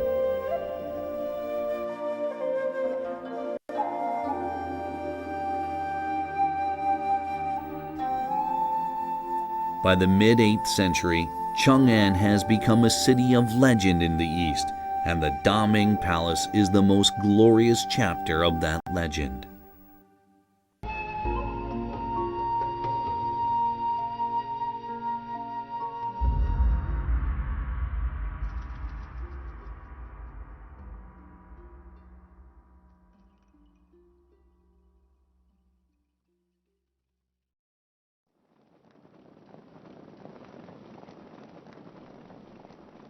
In 739 AD, a northern tribesman named An Lushan was being escorted to the Tang capital, Chang'an. An Lushan was born in the eastern part of Liaoning. His father was a northern tribesman and his mother was from a Turkish family. Growing up in a border area, An Lushan was proficient in several ethnic languages, giving him certain advantages in the army.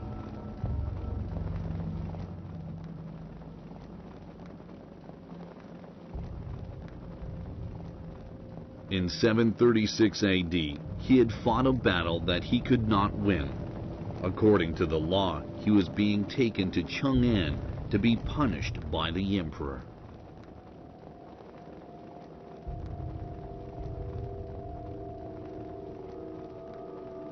For now, no one could have imagined that this man would bring tremendous disaster to the empire.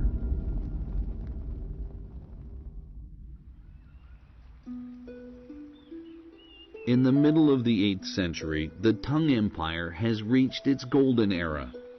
Meanwhile, Emperor Xuanzong, the ruler of the empire, has met the woman he loves, a woman by the name of Yang Yuhuan. Yang Yuhuan was born in Sichuan. Brought up in an official's family, she has been well educated since childhood. When she turned 16, she married one of Emperor Xuanzong's sons. In 740 AD, the 56-year-old emperor meets her for the first time. She is now 22. The charming beauty is like a fairy descending in front of the emperor from heaven. The emperor can't help falling in love with her.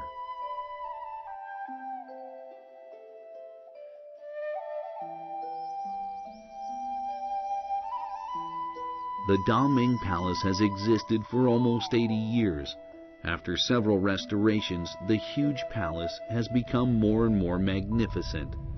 3 layers of stone steps stand solemn and magnificent in the Shaanxi area. Tall walls around the imperial palace overshadow the scenery nearby. Buildings are half-shrouded in mist. Pavilions and towers are surrounded by spring scenery. In poems written in the Tang Dynasty, it's a palace that possesses both an imposing manner and natural harmony.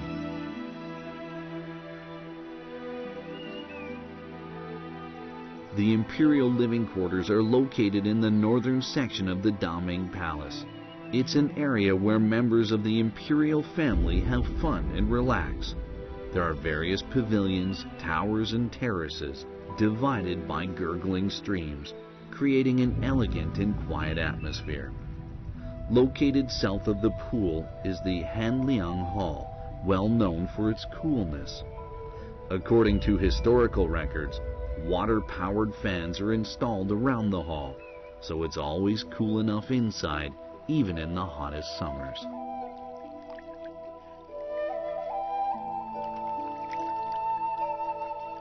Although young Yuhuan is the emperor's daughter-in-law, in his eyes, it's not really an issue. Before Empress Wu Zetian married Emperor Gaozong, she had been a concubine of his father, Emperor Taizong. In the whole of Chinese history, there has never been a dynasty like the Tang in terms of a tolerant marriage system. In 745 AD, Emperor Xuanzang officially confers young Yuhuan with the title of first consort. Since there is no empress at the time, the first consort is in effect the most elevated woman in the empire.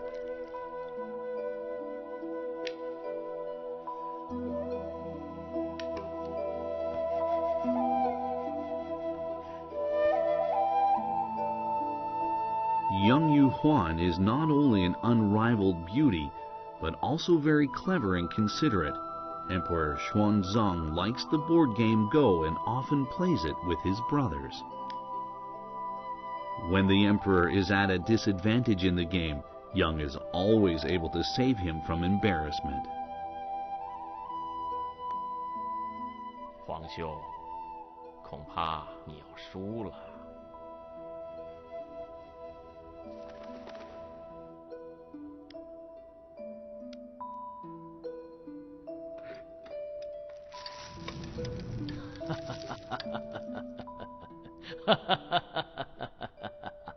今日胜负不分。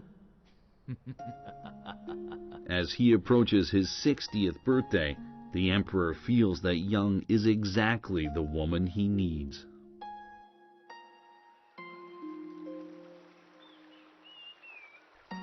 Young epitomizes perfection for a woman. She is not only beautiful, but also extremely talented.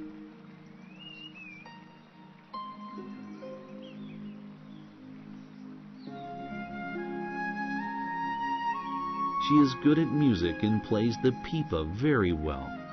She is also quite a poet. One of her poems is even included in the complete anthology of poems of the Tang Dynasty. But she is best known for her dance moves.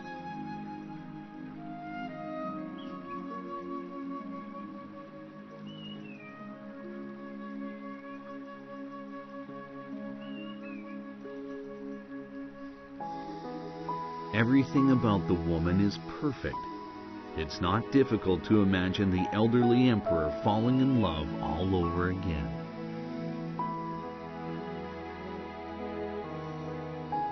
All glories are as transient as fleeting clouds. Only love and art are permanent. Emperor Xuanzang spends his twilight years in artistic creation and gradually neglects government affairs. The poet Li Bai is now serving in the Daming Palace's Imperial Academy. During this period, Li rarely takes part in government affairs. His main task is to compose lyrics or to write poems to accompany court music tunes for dancing. Once Li gets drunk and commands the emperor's most trusted eunuch to take off his shoes, which is an insult.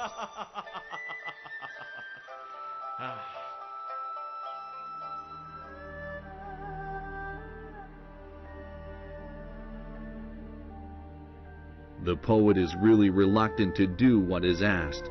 His ideal is to make some kind of great contribution as part of a distinguished career.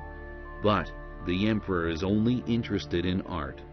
The era of career chasing has passed.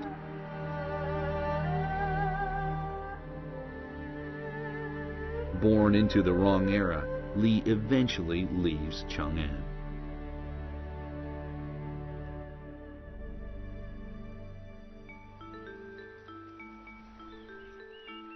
In the Daming Palace there is a place called the Pear Garden. Because the emperor is fond of art, the place gradually develops into the Imperial Art Center. Emperor Xuanzang's favorite pastime is playing the clown. He often dresses up as an ordinary person in the Pear Garden. But when he is seen like this, it's bad for the image of the empire. To prevent the emperor's face from being seen by the public, a piece of white jade is specially designed to be hung over his face.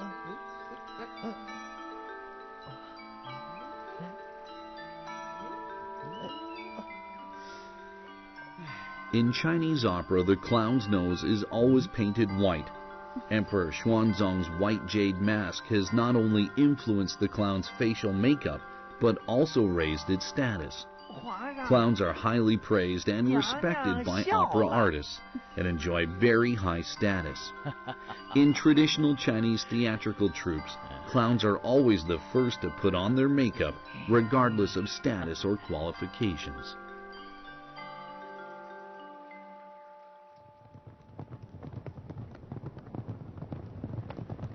It is said Young likes to eat lychee. Lychee from the southern regions are believed to be the best. In order to please the woman he loves, Emperor Xuanzang commands that lychee are to be sent from the distant south to the Daming Palace day and night by courier, originally used to deliver official documents in emergencies.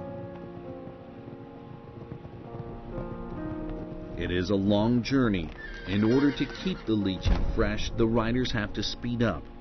Numerous post houses are involved in the delivery along the entire route.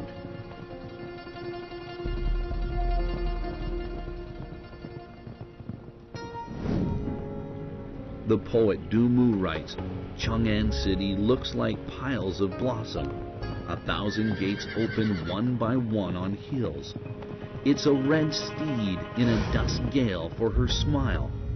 Few realizes fresh lychees have arrived.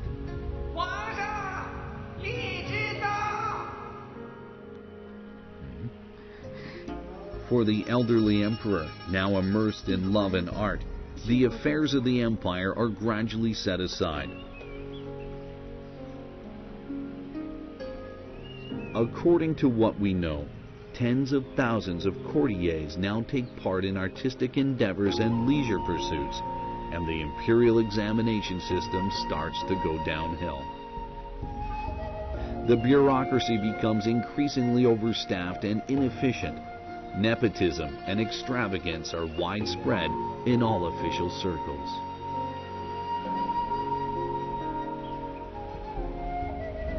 The empire has flourished for 30 years. When it finally reaches its heyday and starts to decline, it begins to turn ostentatious. It is at this time that the northern tribesman An Lushan arrives at the Daming Palace.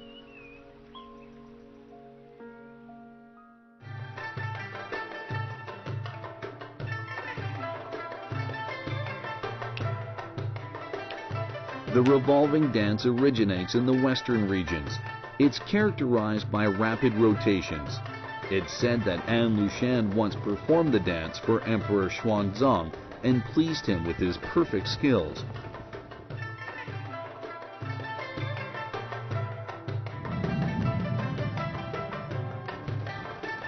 Since An Lushan is as good at flattery as he is at dancing, he soon gains Emperor Xuanzang's trust.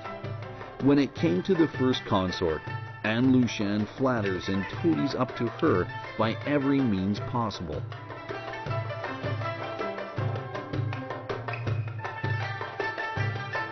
In 742 AD, An Lushan is appointed a regional military governor, becoming an influential commander defending the borders of the Tang Empire. In 747 AD, he is given an additional responsibility and becomes the military commander of Fanyang.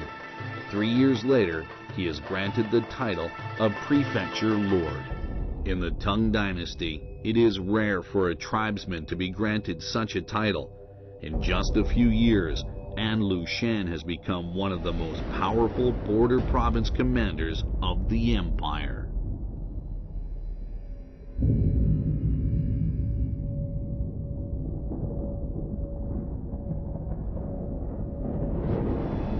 The year is 751 AD, an event important enough to influence the history of the entire world takes place on one of its remote borders.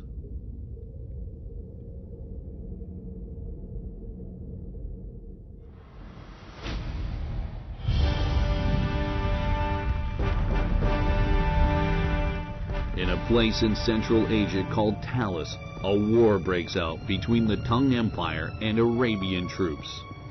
30,000 Tang soldiers are surrounded by 150,000 soldiers of the Arabic alliance. Over 10,000 Tang soldiers are taken prisoner in the fierce battle that followed. The rest die on the battlefield. The Battle of Talis exerts tremendous influence on the progress of world history. After this disastrous defeat, the Tang cavalry has never been deployed in the Pamirs.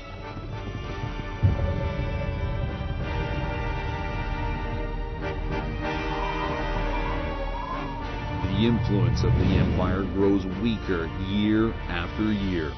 A downward trend has emerged. But back at the Daming Palace, the emperor is still obsessed with artistic creation and is lost in the mists of the now rapidly vanishing Golden Age. On the north bank of the pool is the Ziyu Pavilion. It's a tasteful and quiet place, suitable for artistic creation. It's said that Emperor Xuanzang once dreams of wandering through a palace on the moon, where he encounters beautiful fairies dancing delicately. The dream inspires the emperor to create a dance drama, incorporating musical elements of the western regions with those of India. The emperor writes the music. The first consort is in charge of choreography. It's often labeled as one of the artistic masterpieces.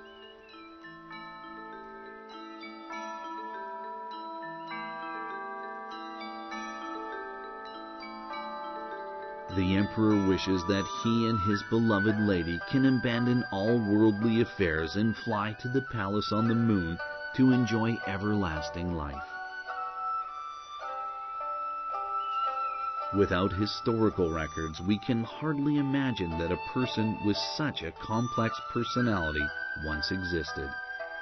During the first half of his life, the emperor is resolute and far-sighted, leading the empire to a flourishing era. But when he reaches middle age, he completely abandons his responsibilities as an emperor. Wallowing in sweet love, Emperor Xuanzang doesn't realize that, beneath its prosperous exterior, the empire is like a powder keg, so fragile that even a single spark can destroy it and bring everything to a halt. In the mid-8th century, the threats to the empire come not from the outside, but from within its own borders. Emperor Xuanzang had set up 9 outlying prefectures earlier in his reign. The officials who govern these prefectures are known as military governors. To begin with, setting up outlying prefectures has expanded the boundaries of the empire. But later, when the emperor begins to neglect government affairs, the regional governors gradually take control of the military, financial, and civil administrative power. When their power expands beyond the control of the central government, they become a thorn in the side of the empire.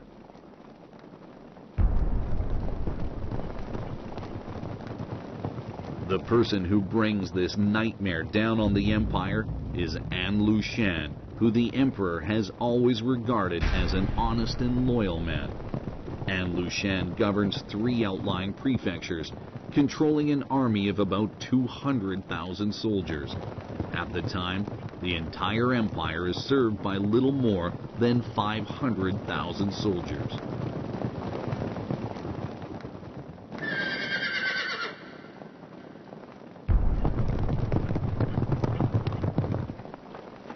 In November 755 AD, An Lushan, the military governor whose job it is to defend the northern borders, rebels. 150,000 soldiers set out towards the capital to Chang'an. As the rebel army approaches the capital, Emperor Xuanzong finally realizes that his empire is no longer a land of peace. In June 756 AD, Tongguan is taken by the rebels. Tongguan provides a protective screen for Chang'an. After it is conquered, Chang'an is now in a precarious situation. Confronted by a formidable enemy, instead of organizing an army to defend the capital, the emperor makes preparations to flee. 2 days later, the man who has once been among the most powerful of emperors quietly leaves the Daming Palace.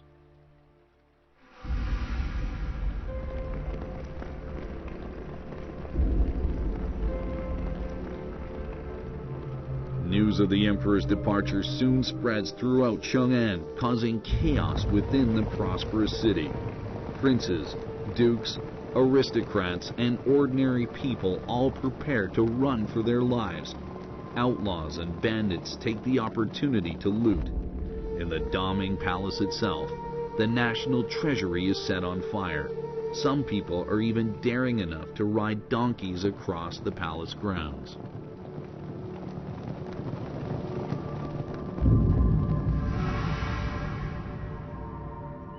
This is Mawei Station, located in Xingping County, Shaanxi Province.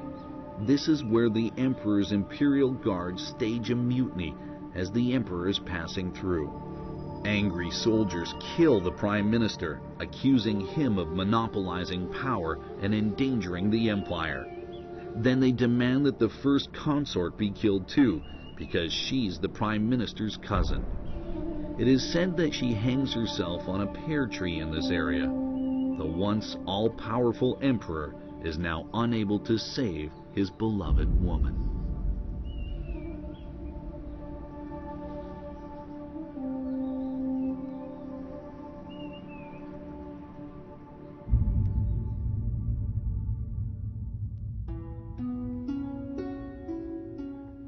Throughout history, there are women manipulating power.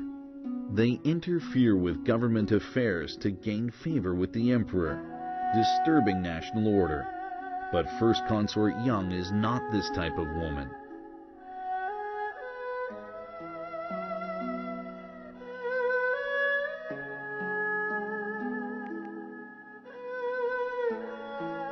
It's widely believed she has never been interested in power or tried to influence the emperor's policy-making. She is nothing more or less than a beautiful woman whose talents are well above average. But in times of crisis, it is this woman who suffers the cruelest punishment.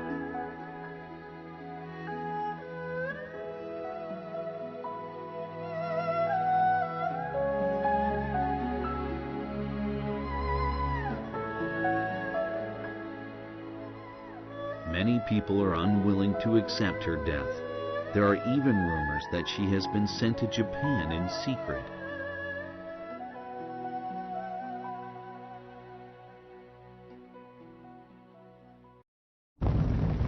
The rebels take Chang'an 4 days after Emperor Xuanzong flees from the city.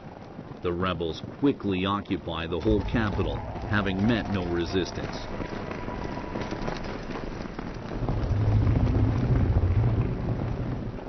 They ransack the Daming Palace, loot the royal treasurers, and kill many members of the imperial family who haven't been able to escape in time. The palace lies in ruins, and an atmosphere of desolation lingers over the city.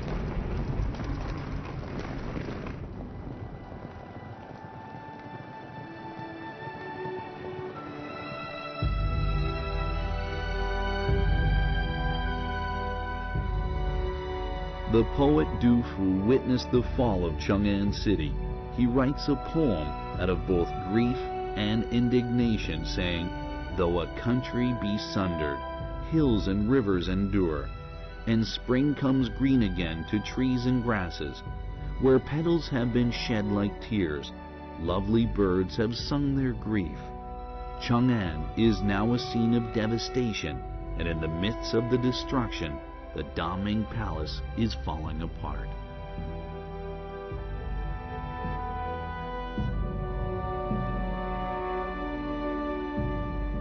An Lushan's rebellion has destroyed a flourishing empire. It also marks a watershed in Chinese history. It puts an end to the unparalleled prosperity of an era. This unique era of wealth and ease has gone forever.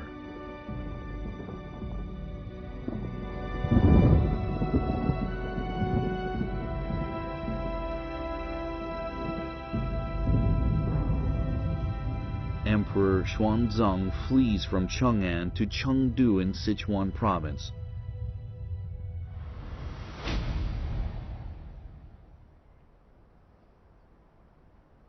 During his period on the run, the crown prince takes the throne, making him the nominal emperor. Only one loyal eunuch is there to serve him.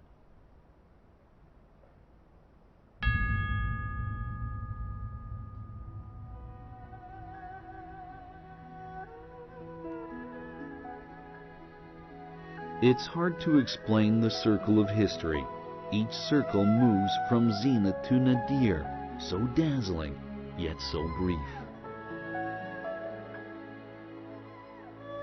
The glorious reign of Emperor Xuanzang lasts for about 30 years, and then comes to an abrupt end. It's Emperor Xuanzang who brings glory to the empire, and it is he who leads the empire into an abyss of decline.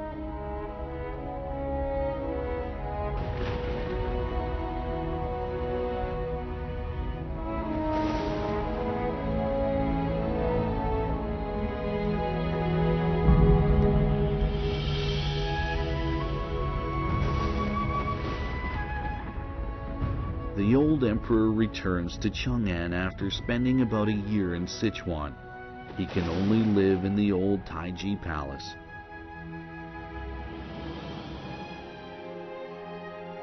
In April 762 AD, he passes away, a lonely and broken man.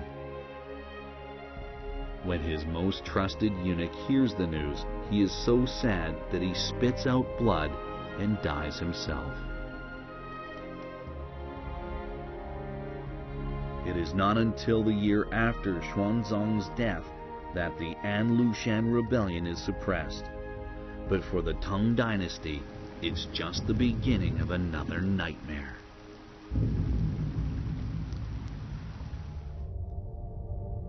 Following the An Lushan rebellion, all the emperors of the Tang Dynasty live in the Daming Palace.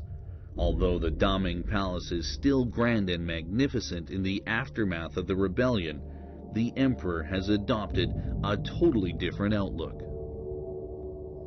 One rebellion is put down, but more and more regional military governors are scrambling to set up their own regimes.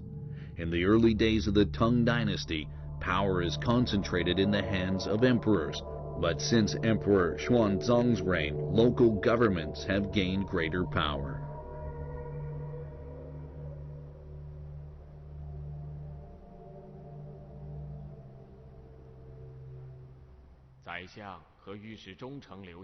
The arrogant and domineering local military governors often completely ignore the imperial court. In 805 AD, Li Chun is enthroned as emperor known as Shenzong. He is the 12th emperor of the Tang Dynasty. After routine discussions with ministers in the morning, The emperor asks his prime minister and palace assistant to stay behind. These are the two he trusts the most. Young and energetic, Emperor Shenzong aspires to rejuvenate the empire to its former glory.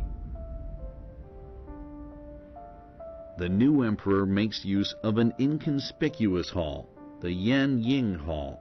It begins to play a part in the influencing the fate of the empire.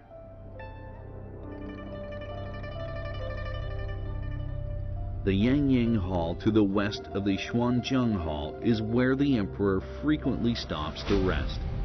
The Yanying Hall is now the true power hub of the empire. Ministers regard it a great honor to be invited to discuss state affairs with the emperor in the Yanying Hall.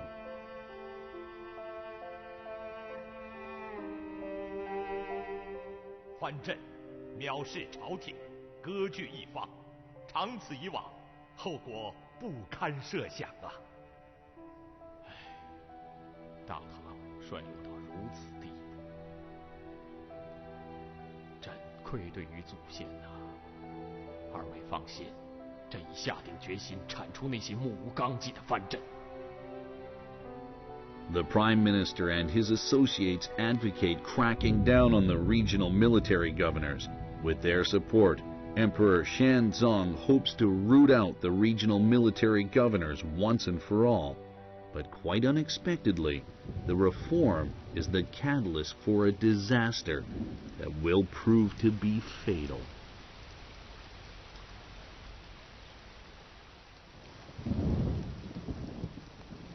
In the summer of 815 AD, several days of rain and an unusual quietness seem to foretell that a serious mishap is looming ahead.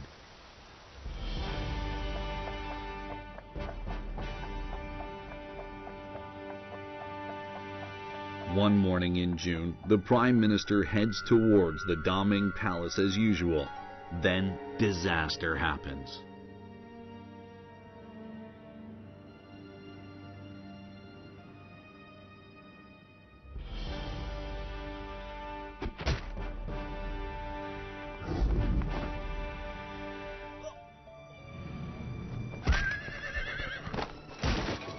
Assassins, sent by a number of regional military governors, kill the Prime Minister and casually leaves the scene.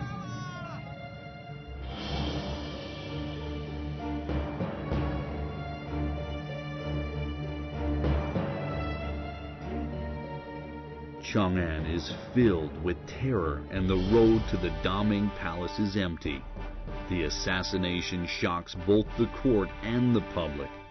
Some ministers are even too terrified to attend court. The Daming Palace falls into deadly silence.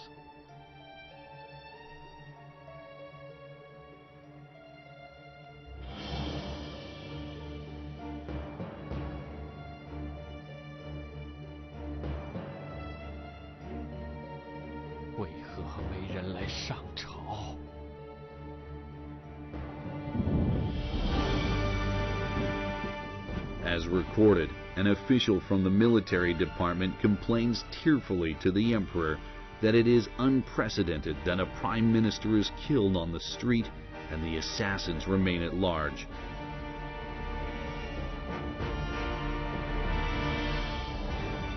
This is a shocking page in the history of the Tang Dynasty. Emperor Shenzong, alone in the Yanying Hall, is extremely aggrieved.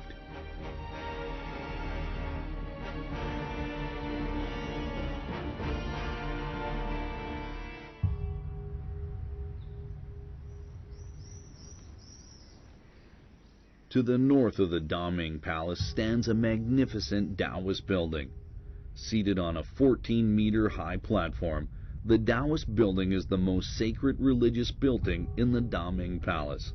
It's also the only structure in the Daming Palace that is built on a high platform.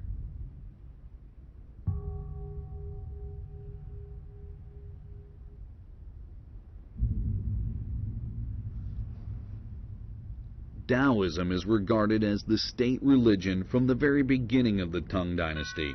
all the emperors of the Tang Dynasty are devout followers, including Emperor Xuanzong. The Reformation road is full of difficulties, and the emperor is at a loss about what to do. Faced with domestic strife and foreign aggression, his dream of reviving the empire seems unrealistic. In his later years, the emperor becomes obsessed with Taoism, seeking a way to achieve immortality. As his earthly dreams drifts away, the emperor seeks relief in the pursuit of immortality through Taoism. He is believed to have taken too much of a Taoist elixir over the years and dies of an overdose.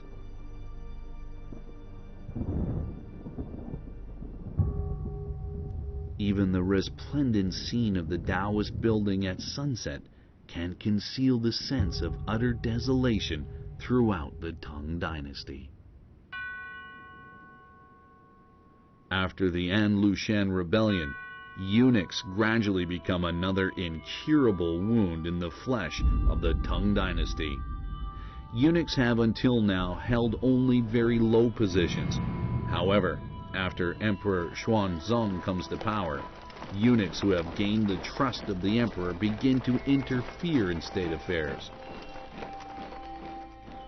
In 835 AD, the emperor has no alternative but to draft a plan to demolish the official system governing the eunuchs. But the plan is leaked, and the eunuchs seek revenge. A massacre takes place right inside Daming Palace.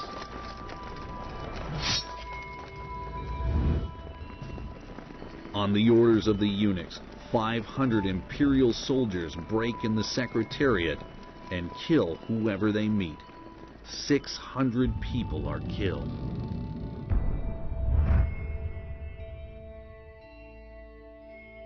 To make matters worse, the frenzied eunuchs order the gates of the Daming Palace closed, killing more than 1,000 other people. More people who are connected with the plan are to be murdered later.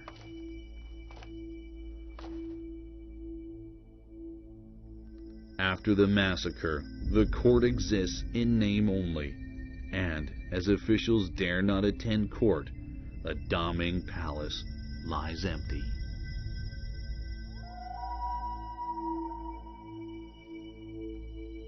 To the west of the Yanying Hall is the Imperial Office Bureau, which is staffed by eunuchs. After the middle period of the Tang Dynasty, eunuchs not only control the imperial guards, but also dominate state affairs. In addition, they have acquired the power to dethrone emperors, and even the emperors' lives are in their hands. At least 3 Tang Dynasty emperors are murdered by eunuchs. With regional military governors setting up regimes and eunuchs grabbing power, not a single ray of sunlight is visible in the skies of the Tang Dynasty. In 875 AD, 14-year-old Li Yan ascended the throne as Emperor Xizong. With entertainment as the ultimate pursuit of his life, Li Yan is obsessed with football and polo. This teenage emperor's preoccupation with the ball game in the Daming Palace is like some modern teenager's obsession with soccer. From his point of view, state affairs are other people's business and have nothing to do with him.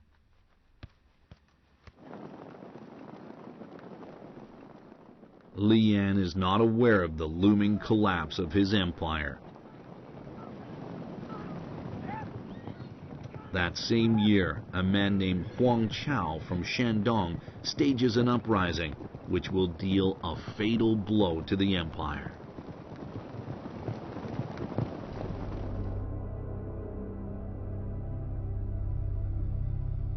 On the southeastern shore of the pool, there's a huge courtyard. A hall on one side of the yard is decorated with 3,000 pieces of copper mirror, costing 100,000 pieces of gold and platinum foil. Despite the fact that the empire is on the verge of collapse, the halls of the Daming Palace are growing increasingly luxurious. There is even a vast polo court, which is a paradise of entertainment for Emperor Xi'an.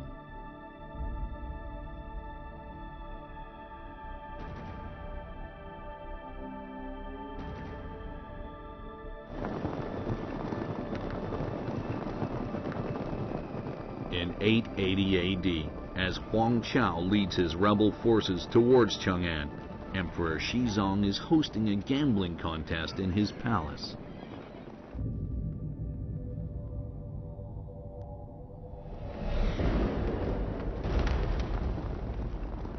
Four high officials are to take up new postings. All of them want to go to wealthy areas. Emperor Xizong decides to host a polo match, and whichever scores first will be sent to the richest place. This achieves notoriety as polo gambling with 3 government posts.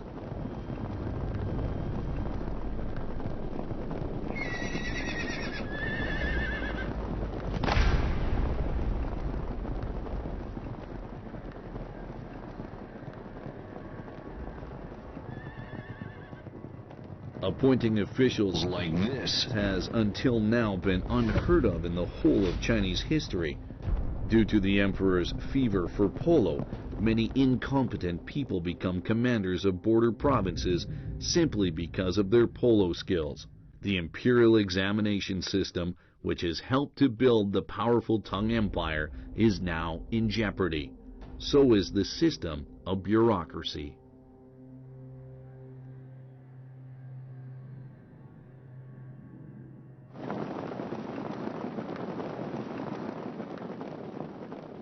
In the winter of 880 AD, Huang Chao's rebel army seizes Tongguang, gateway to the capital.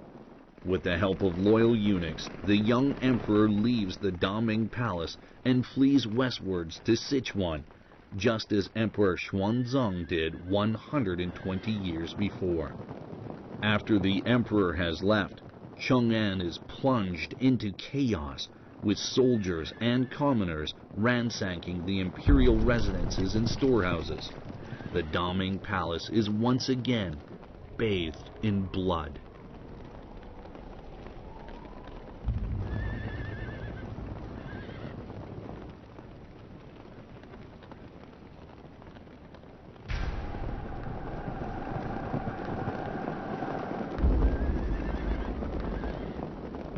Huang Chao's army marches into Chang'an with no resistance on the day Emperor Xizong flees the palace. The rebel troops pour in like a flood.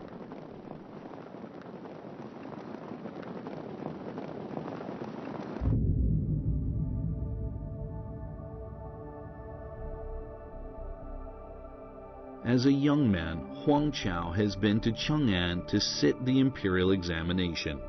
Despite his failure in the exam, he was deeply impressed by Chang'an's prosperity, so much so that he wrote a poem. When autumn comes, all other flowers will wilt except mine. A rich and profound fragrance will permeate Chang'an. The city will be flooded by golden armor.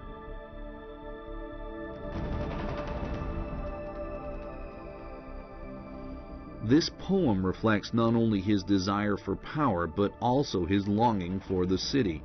To him, Chang'an is a symbol of prosperity, and the Daming Palace represents supreme power.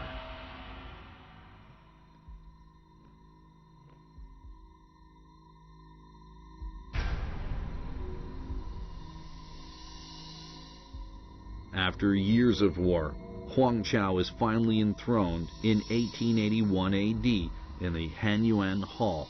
Proclaiming a general amnesty, he has finally realized his long-held dream.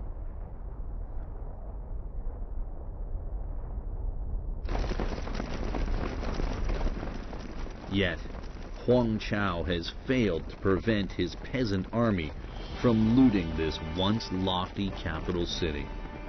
The richest city on earth is subjected to several days of looting.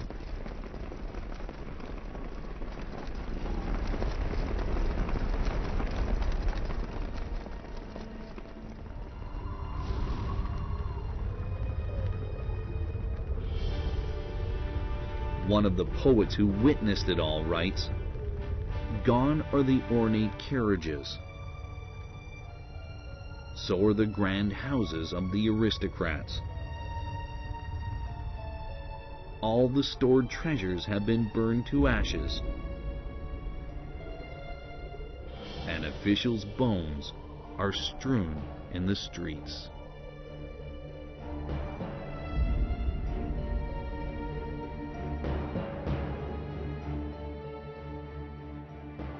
Two years later, the imperial army fights its way back to Chang'an as Huang Chao's army withdraws.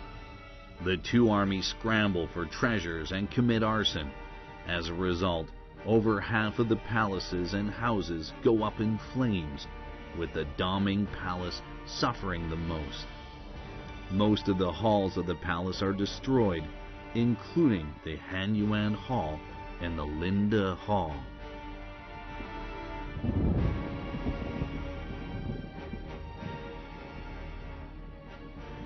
In 885 AD, Huang Chao is defeated and Emperor Xizong returns to Chang'an. But the trampled Daming Palace is no longer fit to live in, so the emperor moves to the Taiji Palace. It marks the end of the Daming Palace as the power center of the Tang Dynasty, 222 years after its completion.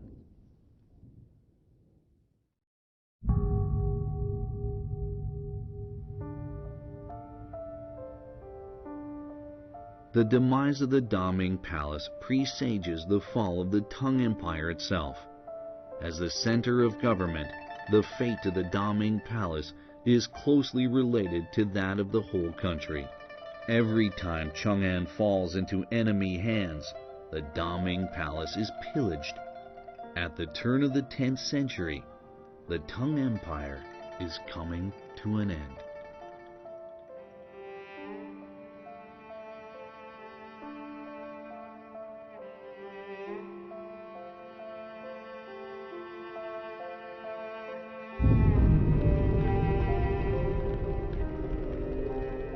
In 904 AD, a military commander named Zhu Wen burns down all of the palaces and houses in Chang'an.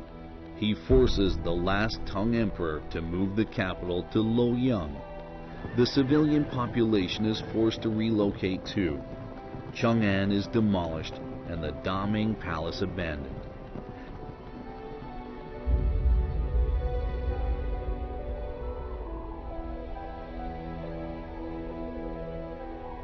This once majestic city is now shattered, with neither order nor any kind of morality left. After numerous wars, Chang'an, once the most renowned political hub in history, will never be a capital city again.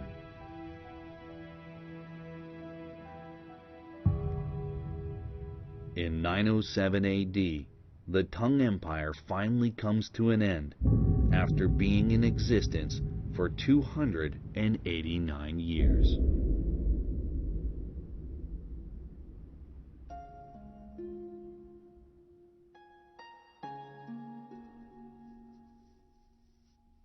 In that time, the Daming Palace witnesses the Tang Empire's unprecedented glory and its irreversible decline. From that time onwards, there is no palace as grand as the Daming Palace, and not a single dynasty chooses Chang'an as its capital again. The cultural center of China is to be moved eastwards.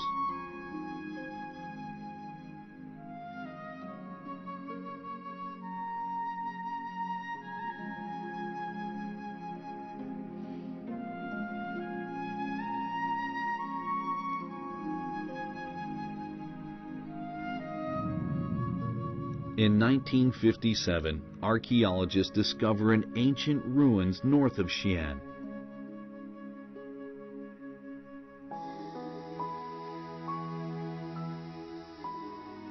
It is ancient Chang'an. The site is carefully cleared, revealing cultural relics which have long been forgotten. Few people realize that the ruins is in fact where the Daming Palace once stood.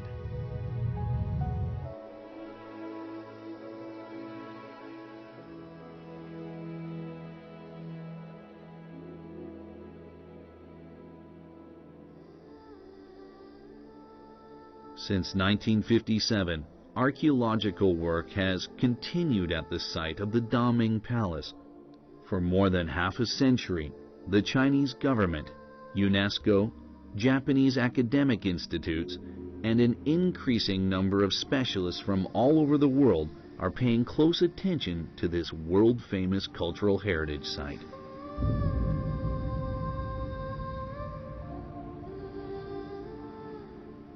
In 2008, 1100 years after the end of the Tang Empire, the Daming Palace National Historical Park breaks ground. The Tang Dynasty is long gone, but the glory it achieved remains.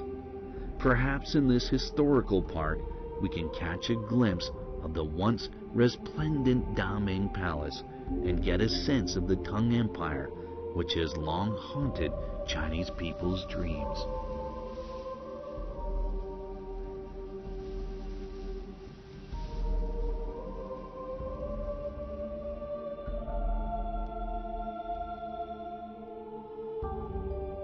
In the long history of the Chinese nation, no other dynasty has inspired the imagination as much as the Tang Dynasty. No other city can compete with Chang'an as a symbol of prosperity, and no palace is as glamorous as the Daming Palace.